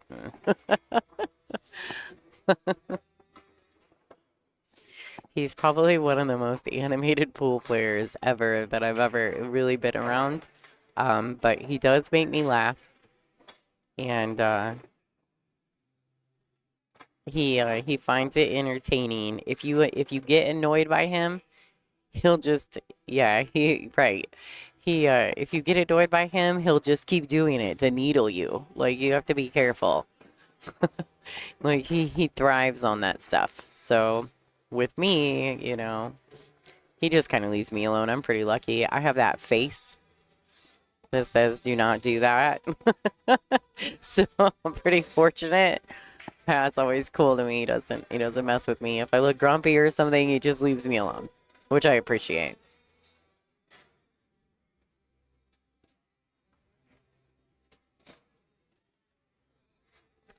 Yeah, he hit that a little shy of where he needed to be. Although I do kind of feel like he can back cut this 14 into the side. He may not. He may play a safety of some kind, but I'm hoping he goes offensive at it. Oh my goodness. I mean, he's just trying to lose. What's he doing? All right, so one good one from Greg, and he should be able to take rack number 3. Watch the cue. All right, and he sneaks it out. This 8 ball is very makeable for him. It's going to be 2-1 in his favor. Greg needs to get to 5 before Patrick gets to 6. We'll see how it goes.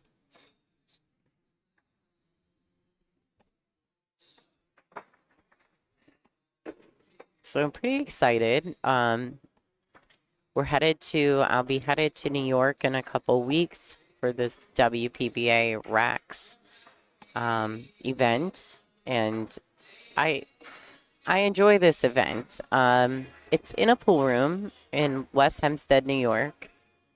And I like the event. I like the owners, Holden and his partner. They're fabulous. The food is good. The location's decent for me. I don't mind it. But it is in West Hempstead, which is like a area of Long Island. And it's cool. I think this is our third year playing at this venue. Caroline Powell promotes the event. I've been blessed in the past to be able to work with some greats as far as commentary. Um, Marcus Shamat, as well as Mika Immonen, uh, Michael Yednick, who's a solid commentator as well. And so I've been pretty lucky that I've had some good experiences in New York, and I think there'll be more. I hope that we have more. I really like it there. Hi, Molly Monster. Molly Monster. Molly Bontrager coming back to the booth. How'd you do? Did not do good in your match? If you guys could only see her face. Hold on a second.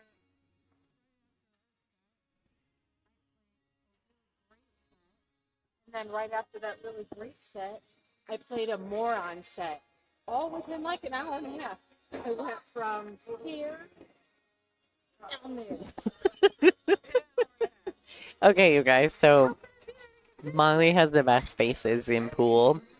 She definitely has the best faces in pool, but I think Indiana's kind of lucky to have her. She's a top 10 in the U.S. female player. Not if you would have just seen that. Well, yeah, but Like, yeah, but yeah, she'd be like, go to bed. So basically, Molly had multiple personality syndrome today. Yeah, yeah, yeah. She played really good. Then she played really not good. Then she played really good again. That's what I did. Okay. I had a forfeit. Yeah. So I won a match, lost a match, and then my next match, that person didn't show. He's got high blood pressure problems, so he didn't come today. Sure. So I got through that. Now I'm going to do the waiting game. Okay.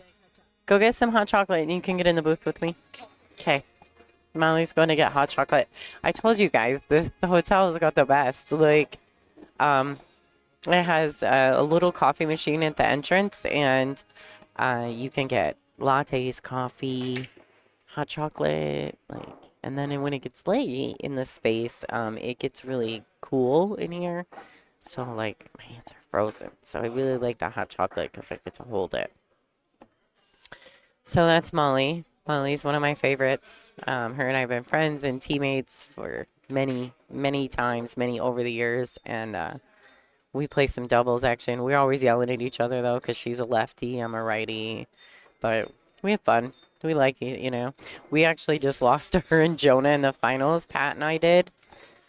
I feel bad because I feel like I missed a few balls that I typically don't miss. But I had to put my phone away because people were texting and there's some things going on. So I was out of sorts. But I'll take second. I think second's good. I mean, Molly and Jonah play great. I mean, they're two master players playing together. Like,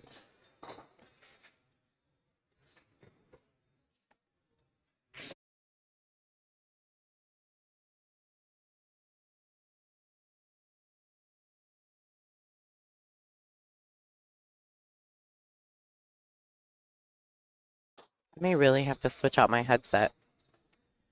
Like, it's making a little popping noise, which I think is weird. I don't like it.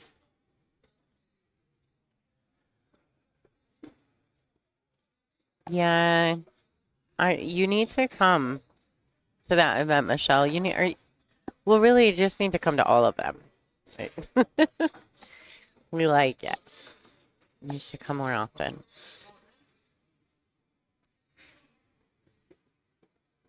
All right, so currently I don't know what's happening. I'm going to refresh this score for everybody at home. Greg's in the lead 2-1 over Pat. Molly had me all over the place. I lost track. So, does anyone know what Pat has? What his suit is? Oh, I'm about to find out right now because he's got ball in hand.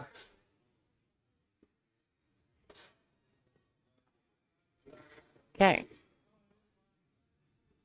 You must be careful here. Doesn't want to tie the 5 onto the 15. Yeah. He definitely has to be careful. All right, perfect. Thanks, Brandy. Yeah, Michelle, I had Bob had told me that you were going to the BCA trade show. So yeah, it'd be great. If anyone out there knows anyone that has a company that would be interested in sponsoring the tour, or really any of the events that I do or we do, yeah. All right, Molly's in business. You all set, Molly? Oh, yeah, got my hot chocolate. All right, so Pat is on stripes. He's up, or no, Greg's up 2-1 on Pat right now. Oh boy, that's not good. I had the camera looking at you, like on your last match. I'm gonna move this down so. I hung the lights, and now I can see them in my camera. Last year there were no lights. Yeah, I definitely got funny. I was just talking because, well, I was just in here chatting about how he kind of makes me laugh because he starts talking to himself. And I can hear him, right? He's like, you know, and who knows what he's saying? I mean, I don't know that I want to know what he's saying, but He needs to call this. He needs to call this 14 in the side pocket. Quit playing games. He needs to call it in the side. Get it over there. Off of the 6 or the other way? No, not off of anything. He just needs to try for it in the side and lay it up over there. You ain't cutting it there, Pat. There's no double bank. The safety is. He needs to bank that toward the side pocket. Yeah, and then lay it up, spin it, lay it up on the top right corner pocket for the 2-way. What are we doing? What's he doing? I'm not sure. Does it go through there? Shoot. Well, whatever, Molly. Does he catch the winder? No way. No. I didn't think that went by there. Look at the 3. It opened right up. Yeah. Great shot. And then ended up widening out a little bit right at the last minute, which was great. He did. He hit it well, but he left himself no shot on the 8-ball.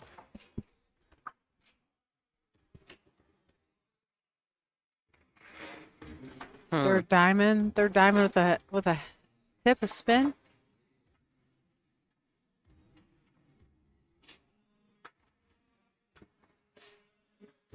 Ooh, ooh, Oh. yeah, it's dark in there. Good try, Pat. I mean, he gave it a chance. Good try. He did. Okay.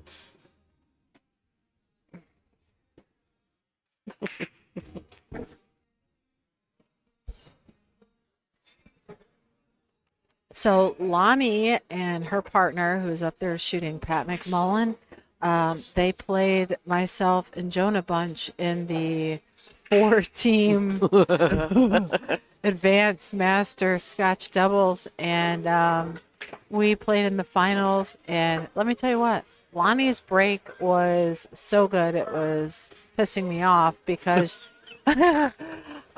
Jonah and I are over there trying everything. Jonah actually made 5 balls on the break. He did. And then I missed the first shot. I don't remember, but I remember it being like, doof, and like balls were flying in from everywhere.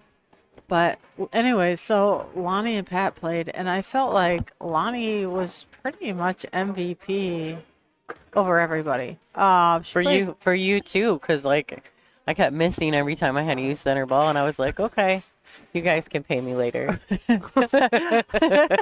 MVP for us. Yeah, It was 3 against 1. Yeah, for everybody. Like poor Pat.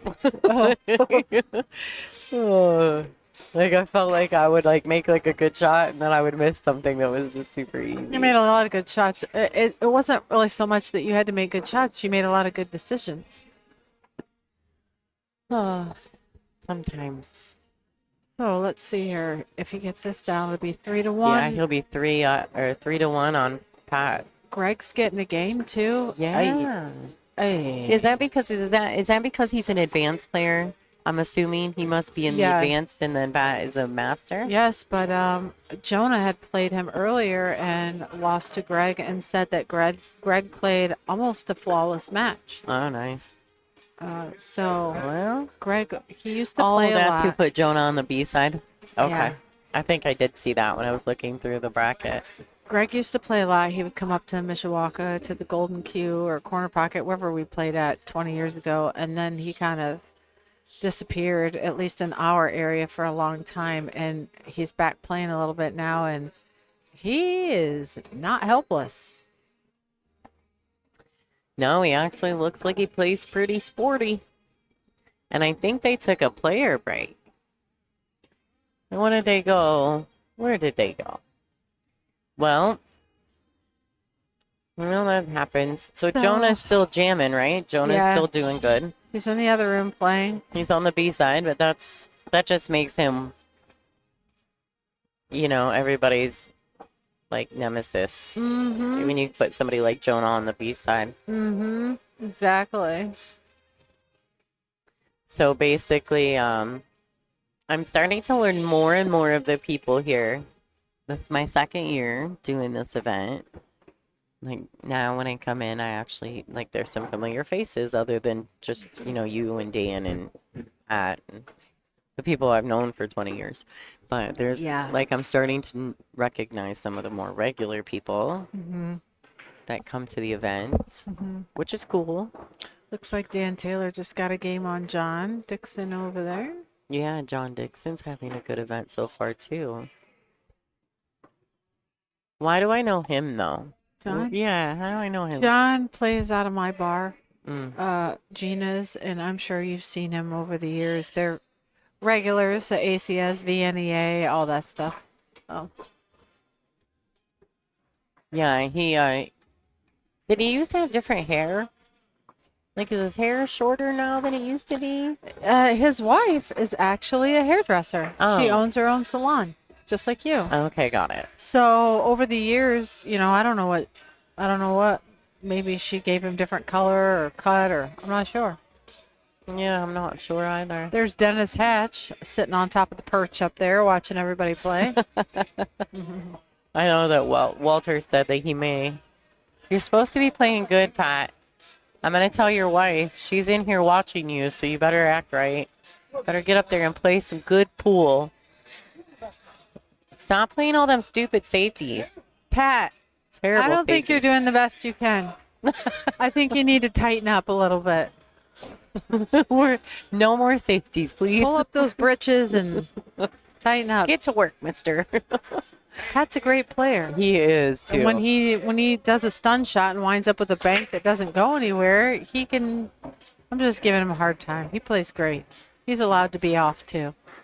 Well, I mean, Look if at we that could break. perfect this game, we wouldn't be playing it anymore. That's honestly. right. 4 To be balls fair. on the break. Literally. Let's go, Pat. I'm rooting for Look Pat at to keep the score tight. Get a game down, Pat. Get these balls down. It's not that bad. No. Poor Shizzle. Man, that match I played, my first match against Mike Steele. Mike Steele won the 9 ball, I believe. No, he got second. Okay, Dan second. Taylor double dipped him in the finals. But Dan played a couple matches before he got back to Mike today. He was in broke. If they'd have played last night, I think Mike would have won the tournament. He was playing really well last night. So yeah, I played really great. That match against Mike had 2 or 3 breaking runs, ERO, this and that, Sure. just bobbing and weaving, getting around the table.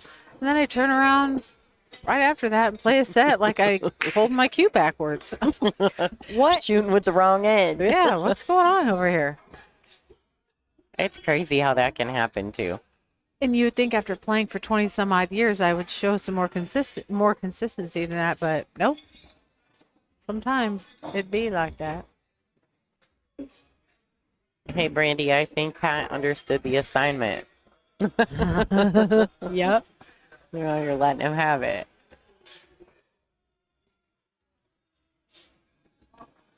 Okay, so it looks like he's going to go up table with the 9 possibly, then shoot the ball in the long rail. Oh, he just held it. Okay. Side pocket, corner pocket. Let's go, Pat. Corner, side, corner.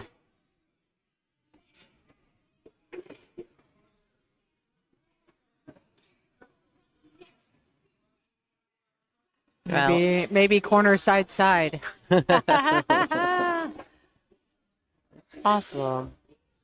Anywhere is better than nowhere. Corner, side, side. There we go. Miss 8. Get to 2. Let's go. Patty McPatterton getting it done.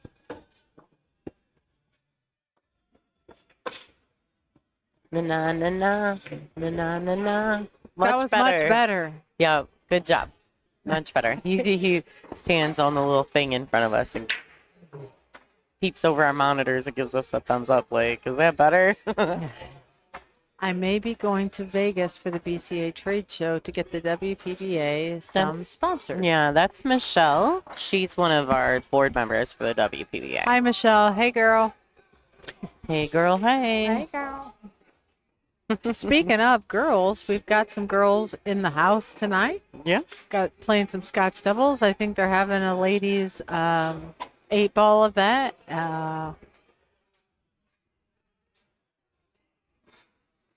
Good to see them coming. Wish we could get some more here playing.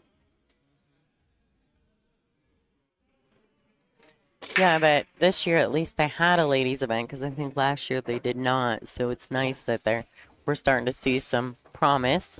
This is a great organization, but not only that, but they have a lot of fun at their events. They're not extremely expensive to play in, so that's great. And so the venue's fun. I like the venue here. I think it's cool. I dig all the rooms and the different tiers and whatever. I was showing, I pulled my cameras back and zoomed in all the way upstairs. It's 4 floors, I think, right? Yeah, it's pretty sweet. I don't know. I've never been anywhere but right here. It's kind of almost got a Fred Flintstone vibe going on. It does. It's like the Flintstones up in this mug. Like, it's like cavemanish. I'm not kidding. It's fun though. I feel like it used to be like a Great Wolf Lodge or something. It was like something fun, like family based, because there's like all the poles have like these cool plaster around them, and that I hate saying it. They probably needs updating, but I'm not gonna lie. I think it's fabulous. Yeah, like it's just got its own vibe. So I dig it. It looks like the walls look like the walls. Like if you were gonna go to like a rock climbing place for fun, exactly, and climb up the side of the wall. Which I don't understand what thrill people get from that, but there are those thrill seekers that like to climb walls. Molly, you don't even like elevators. No, I don't. No, you're not climbing a wall. So I definitely don't understand climbing walls. She's not. Is your life really that boring? She's not in for that. No, but deal me some pocket aces and we're talking. Oh. All right. So pool players. Oh, sorry, Lonnie. You're okay. Go ahead. I was just gonna say, pool players. We have a lot of things in common. I bet if you go in this room and ask how many people in this room also play poker or also play golf or also go bowling, it's or like cornhole or anything that they can be competitive at. We all have that other side hustle that we do when we have to get away from pool, because you can't just do pool constantly. You can't. I mean, you can, but you get burned out. Yeah. You gotta have a little side hustle. I play poker. Sometimes. Molly likes poker.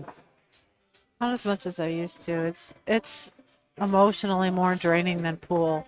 if y'all are poker players out there, you know exactly what I'm talking about. Those bad beats, they hit different. They hurt. Hurt.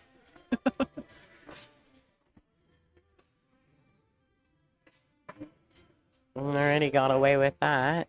I'm not sure what he's going to do with this 6 ball, unless it plays off the 8 in the I side. think it does. But he's got to finagle and wiggle his cue ball out of this trap down here to get back on that shot. You don't want to back cut it and then lose your shot on the 8, so you really want to be on the side of the table he's on. Or, ideally maybe where the 11 is, so if he could, done into the 11, that would be superb. And you just draw all the way. Oh my look goodness. out. Whoa, things are happening. All right, well, this is what Pat needed. He needed that mistake to try to get back in this match. So it's exactly what Pat needed. Brandy said that we got a fun fact about Pat. He's a sub on her bowling team. And we play together on a fun summer bowling league. See? I bet Bowling. he's a character when he bowls, too. He's probably got some Little really tiny fun dancer. way where he grabs a ball and runs up to the lane before he throws it. I bet he's got a really cool routine. He probably does. I could see this. But then again, that's the thing about pool too that's so fabulous. I mean, everyone is so different. Like Pat, he's so free, and he comes with these big, weird, crazy things sometimes on the pool table. And then Dan is so controlled, and they played on the same team forever, as long as I've even known them. Mm-hmm. And they're complete opposites at the table.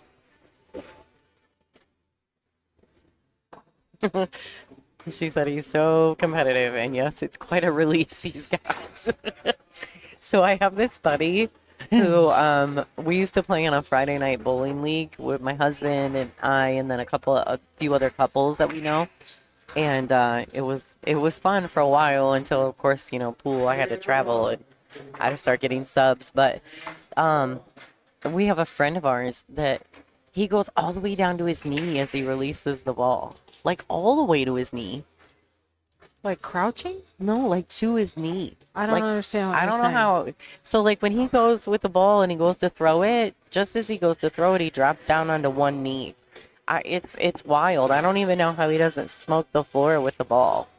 But he's done it, that's just the way he does That's it. the way he does it. Yeah. And I don't know if it's because his knees are, he's had, some work done on his knees or whatever, but it's wild. I used to golf quite a bit. I think that was always my thing. I liked golfing. But that kind of took a back burner when Putt or the real thing? No, the real thing, for sure. Oh. Yeah, that kind of had to take a back burner. This is about to be a really good shot. Look at that. Yeah. Nifty little safe. Little jail time action. I don't know. Golf, I just never had any desire. Sure.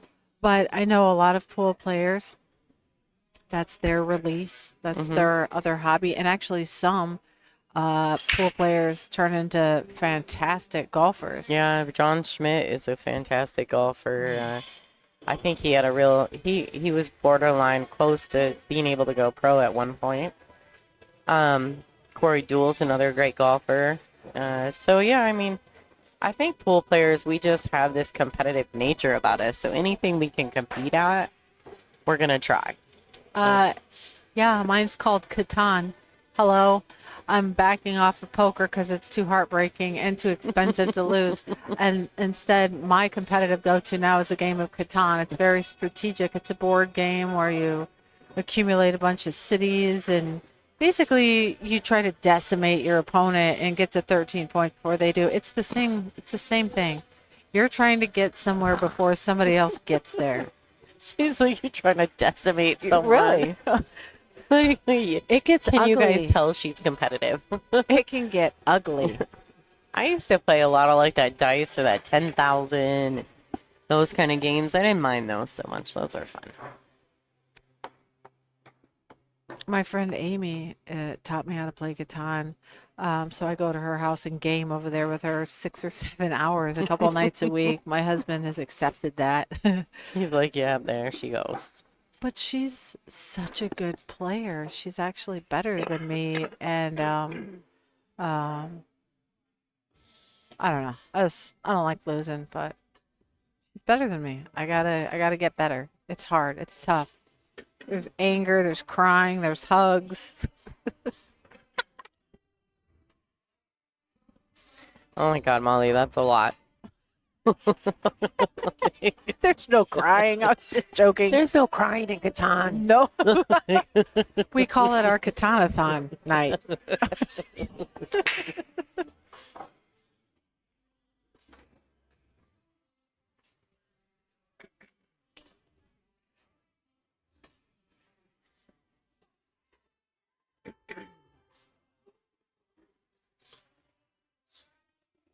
I feel like the song has been played at least 30 times today. I don't know.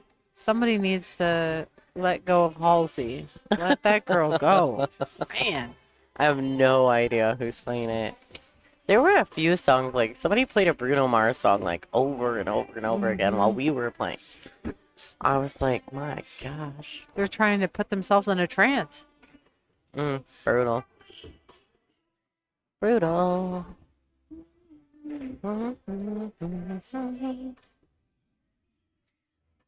right. Well, Pat's back into the safety play side of this match. Well, no, if Greg can see the 7 ball. No, he ended up missing it, but he's going to slop it in. Doesn't count. All right. It doesn't count. Now, does this 13 clip off the 8? I think Pat's taking a good look at that 13 right now because that is the only issue he has on the table. Yeah, literally. Oh. No, he's going to bank it out of there and stick him. Play another safety just to... See, it must not have gone off the 8. I guess that'll work. It's just sometimes I played a great safe on Derek in that match I just lost, and he wound up one rail kicking at it and sticking me and freezing me. Greg, tell us how you really feel. Did you see it?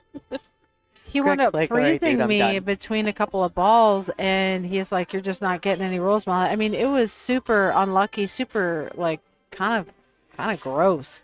So when you play a safety, I get it, but you're letting your opponent back up to the table. You have to be careful. It could backfire. Major. Like, I love it when you play a safety on somebody and they have 1 ball on the table and they make a hit and freeze you. That's like literally what yeah, Derek did like, to me that game. I just freeze started you on stuff laughing. and you're like, is this really my life? All right. I mean, I probably could have gotten out, but it was going to be a really tough out, so I decided that percentage-wise to play the safe, and it backfired. Most of the time, your percentages are, work with you, but sometimes, Just kidding. yep. All right, so Pat's got a pretty routine run out here. He's just got to make up his mind once he gets this ball down. What is his end game here? And just stick with his plan. Starts getting late at night. Our focus maybe isn't quite as intense and sturdy as it was in the middle of the afternoon. And it's easy to just kind of get a little scattered thinking sometimes this late at night. Hang on to your plan. I'm guessing that Pat's playing the music because he's singing it. I'm going to tell him to stop with playing Halsey, please. That's enough Halsey. No more Halsey for you, buddy. All right. All right. Okay, well. I still got a little work to do. I mean, it's not done yet. I just never could quite get in line all the way. Ooh. All right. Chaos. Chaos, my friend Durfee calls shots like that. He Chaos. didn't play Halsey. Okay, that's good. Yeah, you're just going to have to just draw out of this a little bit. No biggie. Nope, he's not even drawing out of it. He can go forward. Okay. Yeah. If Like, he can it's hard cheat to the see in the- pocket. Yeah. Oh, you Man. didn't have to. How's he get away with that? That's why I probably would have put a Yeah. little draw on it. Yeah. I don't Wow. want to bounce off the point. Yeah. pointing. Um, It's pointy over there. it's pointy. What is it that you say your cute phrase? Oh, don't go in there. It's dark in there. It's dark in there. No, don't go down there. It's dark. Don't do it. I love that. Don't do it.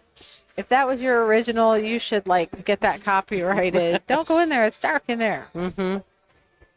So I've actually got a few things I'm working on. Someone said that I have some phrases they would like me to put on T-shirts. Like one of them that I do when I do little women's workshops locally. I put workshops together for the local ladies in my area, and I always give them a T-shirt with my sponsors' logos and things like that. And on the back of the shirt, it always says, "Hold my purse while I run this rack." Right? Because I'm such a proponent for like women. You know, I want women to play pool. I not only want women to play pool, but I want women to be competitive and it not be gender induced. You know what I mean? Like, I think that we definitely have the ability to compete with the men. That was one of my biggest incentives in Michigan when I couldn't go anywhere. They wouldn't let me play in anything. They wouldn't let me play in any like events. Like, I could play in the women's masters, but I mean, I think I've got like 30 women's masters titles in Michigan. And I was like, well, let me play in the men's. Well, they wouldn't let me play in the open division because I'm a national master, right? So I went to the men's. It took me like 6 years, but I finally won them. And Like 3 years ago or something. no, it's been longer than that now. Just, yeah, it's been a while. Okay. I want to say it was like 2021 or something like that. But anyway, and you know, when I was playing in the finals and I looked around the room, there was a crowd, obviously, and I was so happy that there was this huge crowd of women. And because women don't do that. They don't just go throw themselves to the wolves like you and I do on a regular basis. Why you know not? what I It's mean? so much fun. You know, Why not? it's not easy, right? It's tough action, but like I did it more so to inspire others, not just to inspire myself, you know, and make me play better and make women want to play and compete and challenge themselves. You know, I'm probably not likely to, you know, I can't play it anymore, but like, I don't know if I'll ever win those tournaments again, but the fact that I did it once and I was competitive and I mean, I hit the cash 6 years in a row and I finally snapped it off. It took me a while, but And then you're like, Michigan, I'm done with you. yeah, I've won all of it now. I'm done with you. Time to go. I think the only thing I haven't won is the Michigan Masters teams, men's, the open division, because I really have never really had a team that was competitive enough to go in there and try it. So there you go.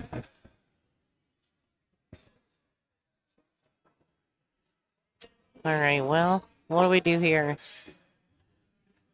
I mean, the 15th in a spot. How do you get to it? I just totally like zoned out. That's all right, it happens. I don't know what just Where am I happened at? there. What's happening? Yeah, where do we go? Dude, where's my car? Isn't that like a movie or something? Yeah, I never saw it. me either. I think I want to now next week sometime when I'm at home recovering from this weekend. Zone out and watch a movie that doesn't have any importance. Dude, where's my Dude, car? where's my car? Sorry, I just kicked That's you. all right. All right. Okay, a little safety play action. Here we go again.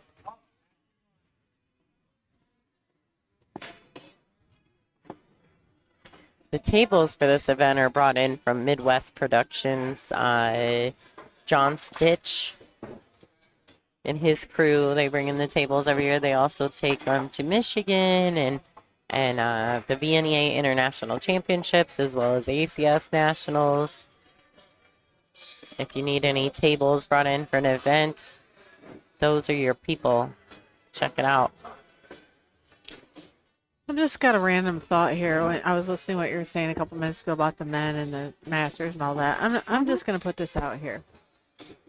You can agree or disagree or agree to disagree, anybody and everybody, but I've come to the conclusion that I feel like women pool players that are, like full-time pool players that are, living it, whatever that picture looks like, whether it's WPBA or Weekend Warrior tournaments or regional tours, whatever.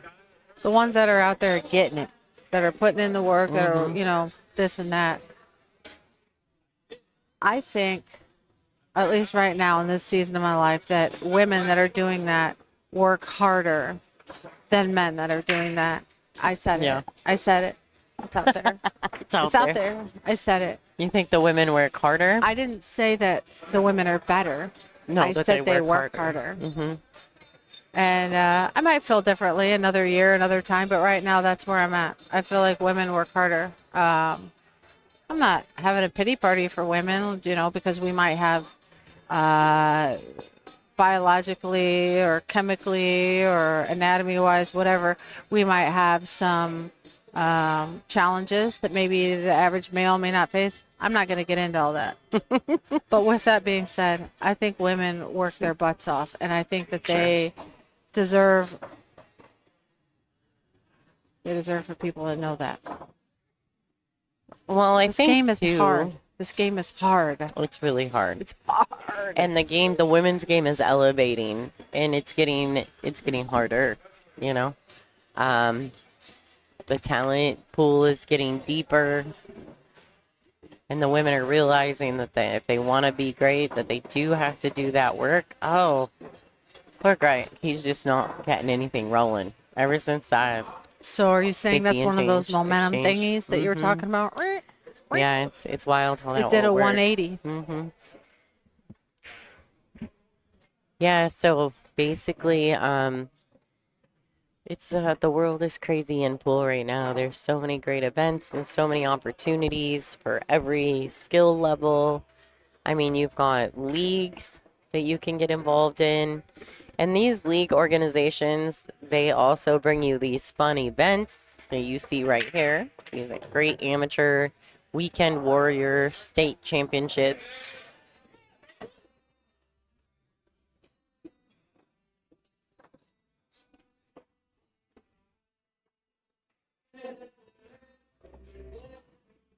All right. Here we go again with the safety. It seems like a spinning record in some of these. Not saying he did anything wrong. I'm just slap happy it's late, but we're gonna get in some safety battles here again.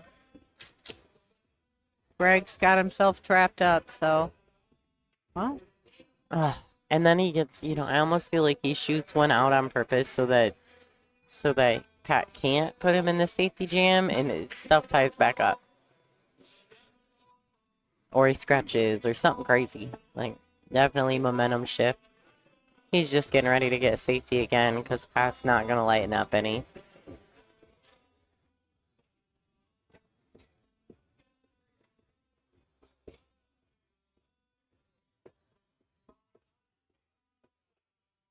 All right, good old-fashioned double bump.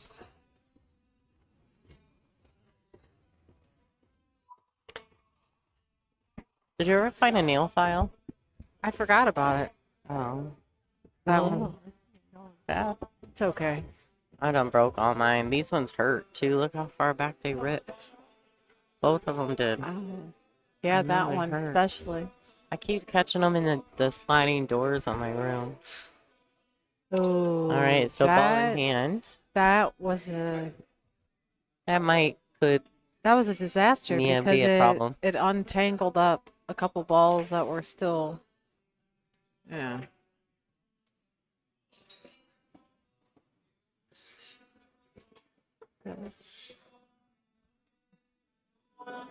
Two, 1, 6, 4, 5, 3, or 3, 5, 8, right? It looks like that's what he's setting up for. 2, 1, 6, 4, 3, 5, 8. 5, 3, 8.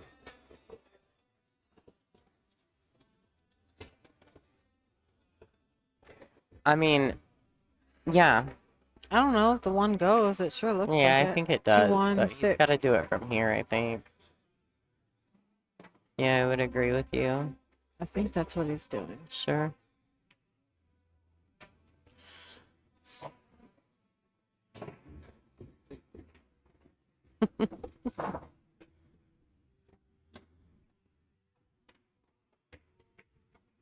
Well, well, well. That almost got bad.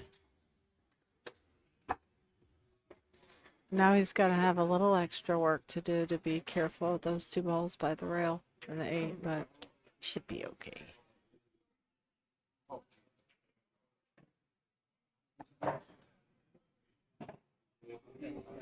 Ooh, this with a ton of right hand spin. Should dip over to the left long rail.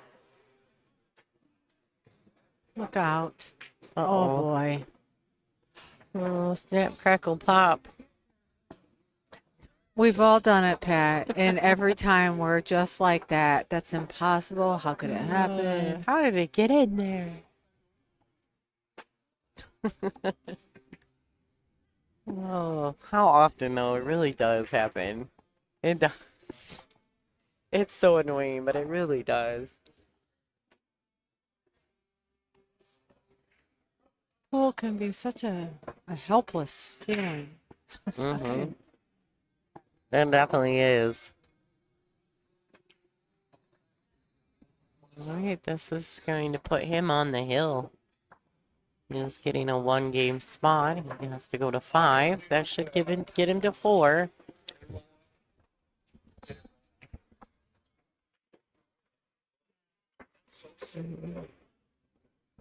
No, it just looked like it went straight to it. It just looks like it went straight at it. I just saw that. No, it's just all that inside spin he put on it. When it caught the point, it just rolls in. No, it was like here.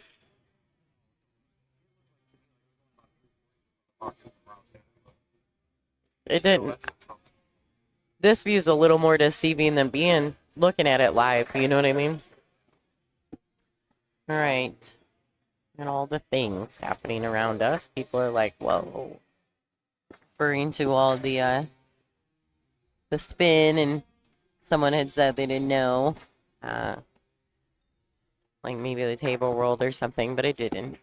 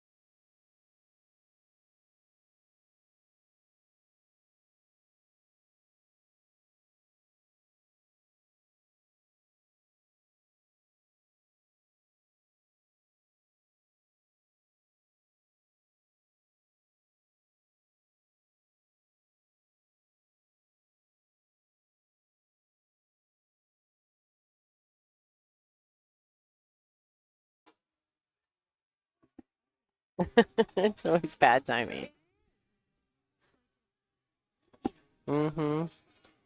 Like you put it in the universe. You put it in the universe and then it comes to you and then you can't. It's kind of a bummer. Molly wants to play in some pro events occasionally, but she wants to play. She really wants to play in the Michigan event. Am I in here? Yeah, Okay. you're live. And so, occasionally an event will pop up and she'll get an invite. And of course, it's always ones that she's already committed to something. Now, it wouldn't be a big deal if it was singles, but with being committed to a team, it's kind of like you're screwed. Last minute. That's what she meant to say.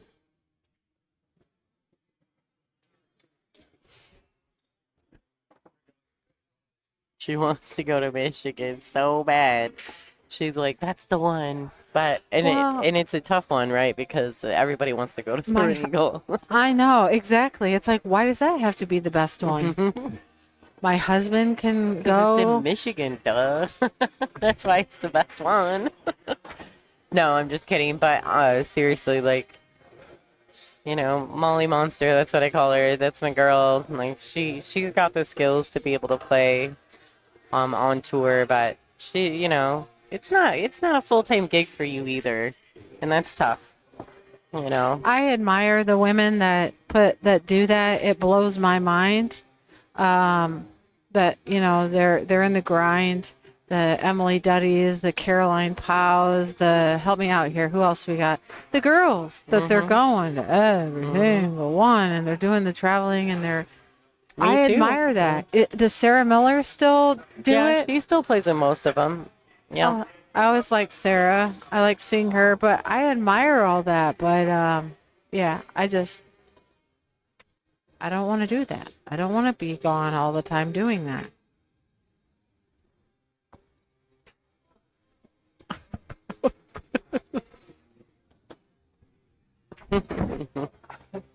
Oh, Okay, what's going on here? I'm not sure. Greg Donor is up 4-3. Is that right? Yep. 4-3. So with the spot, that means he's on the hill. He's on the hill. Yep. For shizzle. And Pat's been helping him carry them buckets of water all the way up there. He needs to get some games back. What is it? She's hanging out. We're chatting. I still have another match to play. Yeah, and I know. And when you lose, are you still in? Did you win?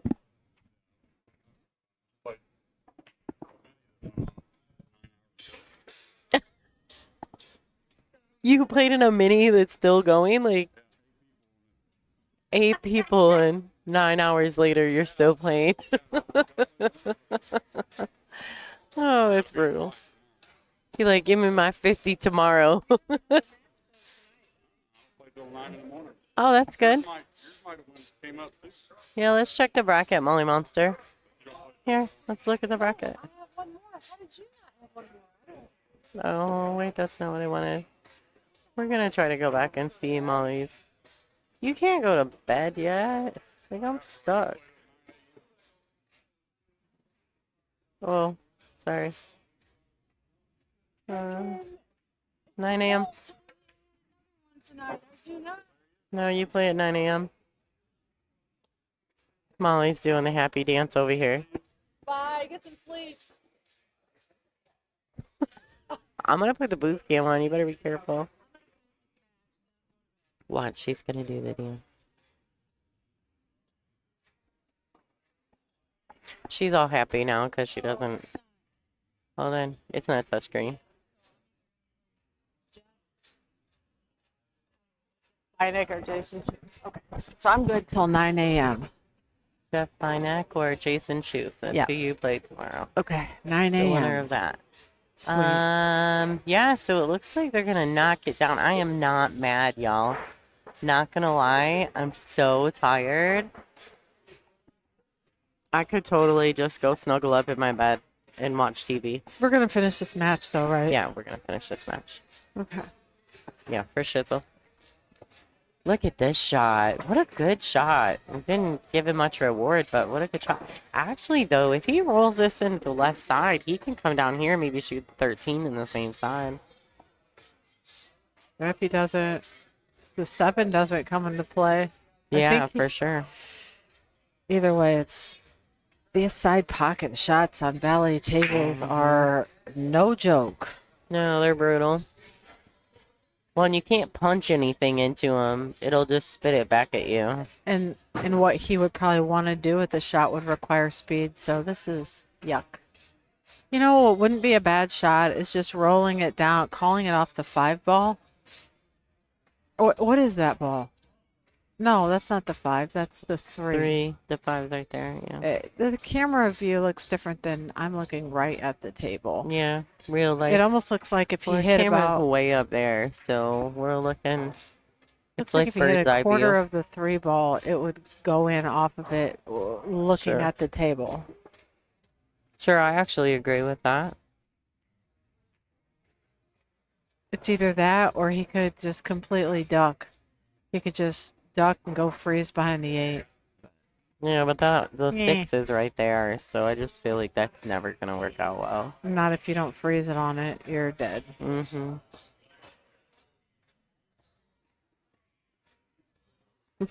Man, from this view, it looks like, oh, hi. Oh.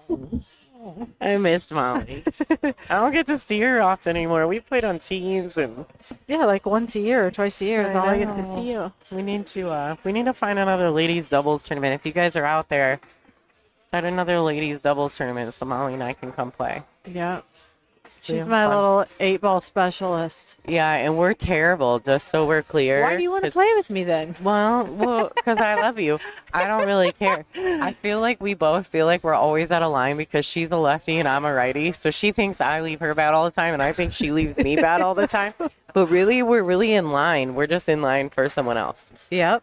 Like, it's Just wild. roll our eyes, pocket the ball. We just keep making the balls to be like, yeah, whatever, you can make it. Yeah, but did we win though, Lonnie? Yeah. Yes. I mean, that's Lonnie is a great 8-ball player, bar table 8-ball player. She's very thoughtful. She's really good at her selections, and she makes little subtle moves that, 2 balls down the road, when you figure out what she was thinking, the rack is pretty much over at that point because she's picked off a nice pattern. She's Yeah, subtly, I like 8-ball. there's your nickname. I got it. I have a nickname. I thought somebody said hey to me. I turned What's your like, nickname? What do you mean? What's my nickname? What? I've been LFR forever. Oh, Oh, you mean I need a nickname? yeah, nickname? and I just found it. No, what is that? Talking about this. The subtle assassin. She will subtly and suddenly assassinate you. Like a ninja. Yep. For real. That's funny. So, our team name used to be Chop Suey with me and Molly, and at the end we'd be like finisher. Like Mortal Kombat. Oh god, too much fun. That was a good team. We won Yeah. state that year, and then we went on to Vegas. That was a fun team. It was. I wonder if Kristen Montegato, did I say that right? Mm-hmm. I wonder if she's still Mr. Roboto. I wonder if Kristen is still playing pool. I haven't talked to her in a long time. Well, Mike says she is doing great, and I talked to him a little bit, just a tiny bit. He said, she's a badass. Well, she's a warrior. She's a really neat person. She is. Class lady right there, and definitely a warrior. She got a lot of heart, a lot of grind. Speaking of grind, Greg's going to have to work hard to grind this out because he is in the trenches. So, okay, he stripes, right? Yeah. Does that ball go? Does that ball go past Oh. the 5? I don't know. I mean, he got no shot on the 8, even if he makes it. I don't know if it's beneficial. I don't know. Well, I mean, just put it in front of the pocket. It's about the best you can do.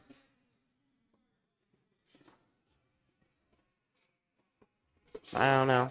I like shooting the 3 here, drawing straight back, getting the 5 in the same corner pocket because that's your only issue, and just getting out. Shoot the 3, pull it back. No, that's not what he's doing. I like the 7. Just me personally, if he can see it, I like shooting the 7 and just letting your stroke out a little. Yeah. Well, I mean, he's still in the same shot. Yeah, he's gotta find out how to get on this 5. Well, Yeah, he's going to he pocket had his it last ball time now. for I don't sure, like but- this. I don't agree with this at all. You're putting the man on the 8 ball. Don't do it. Yeah, especially because he's on the hill. Like, I mean, That's when everything goes bad. I don't like it. Oh wait, Yeah. is he making this ball? Oh, I don't like that shot. I'm not sure I enjoy that shot either. You had it. You had a way to get out. Hmm. Well, I mean, You had an out. yeah, and you just put him on his 8, and You put the man on the 8. yeah, He could 3-rail this back around and possibly follow it in past the 3, or if nothing else, 3-rail it, block the hole. He could 1-rail it. can he cut? I was gonna say, can he cross it and make it in the top right? It's I mean, kind of it's like a trick tough. shot, Yeah, but yeah, I think so. Well, the good thing about that though is the 3 blocks the pocket back here, so when you gotta free up and let your cue ball loose, the 3 ball blocks you from the scratch. I don't know. This is not a good position. I like the 3-rail. Block the hole. Yeah, take the pocket for Fine. sure. Find the line. He'll get there. Nope. He's taking the trick shot.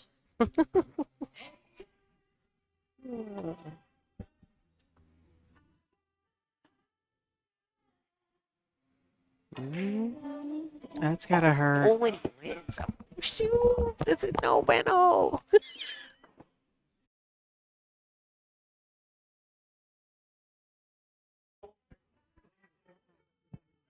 Now, Molly's point. She made her point right there. That is why you don't play that particular safety and pocket his last ball for him. Yep, totally agree.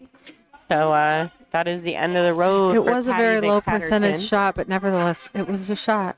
Yeah, Good shot. It was a low percentage shot for sure. So that is the end of the road for Patty McPatterton. Greg Donor, congratulations, dude, on a good set. Taking advantage when you could, when you needed to, and then coming with a big shot. Like, speaking of Mike's playing right now. Mike Manigato. Wonder what his score is at the moment. Let's see. I'm going to bed. 4-1, Derek in the lead. Okay, Molly's outie. She's out. Guys, I think this is the end of the road for the tournament for the night. We have... See you in the morning. All right, so, yeah, I think that's it, guys. We're going to do more. We'll be back up starting tomorrow, I think, at 10 a.m. Molly may have to play at 9. I don't know what the table assignment is. If they put her on the TV table, she'll probably call me and make me get up and come stream it. But otherwise, we'll be live probably around 10 a.m. If she gets me up at 9, I'll probably be up and do the 9 o'clock. Thank you guys so much for tuning in, for watching this event. I know that ACS State Championships is probably not everybody's favorite thing, but if you're not familiar with the players and you're still watching simply to support the WPBA LFR Live, I appreciate you guys. I really do. Been pretty lucky to have some great people supporting me in this venture of mine when I do some side gigs. So I'm gonna say thank you to Billiard Buddy. They have sponsored me from day one. Also, the Borderline Billiards, Miss Janet Atwell, she has supported me from the very beginning as well. And then, of course, we've got event sponsors. And we're going to throw up this sponsor video for ACSIA, which is the Indiana Association group of the American Cuesports. And they have some sponsors. Aramith and Simonis added $5,000 to the team events. So there is $5,000 added to that team event coming up starting tomorrow night, as well as a few other independent sponsors who came in and they put some money together to make sure that I could come and stream this event. So I'm going to throw that video up. Thanks, everybody, for watching. Tomorrow I'll throw some my information up for my PayPal and my Venmo if anybody wants to donate to the stream, because I do appreciate it. I don't, I'm not getting rich out here. I promise you that. So, all right, guys, my name is Lonnie Fox Raymond. You're watching LFR Live. This is the ACSIA 29th Annual Pool Championships here in LaPorte, Indiana at the Pine Lake Resort. Have a good night.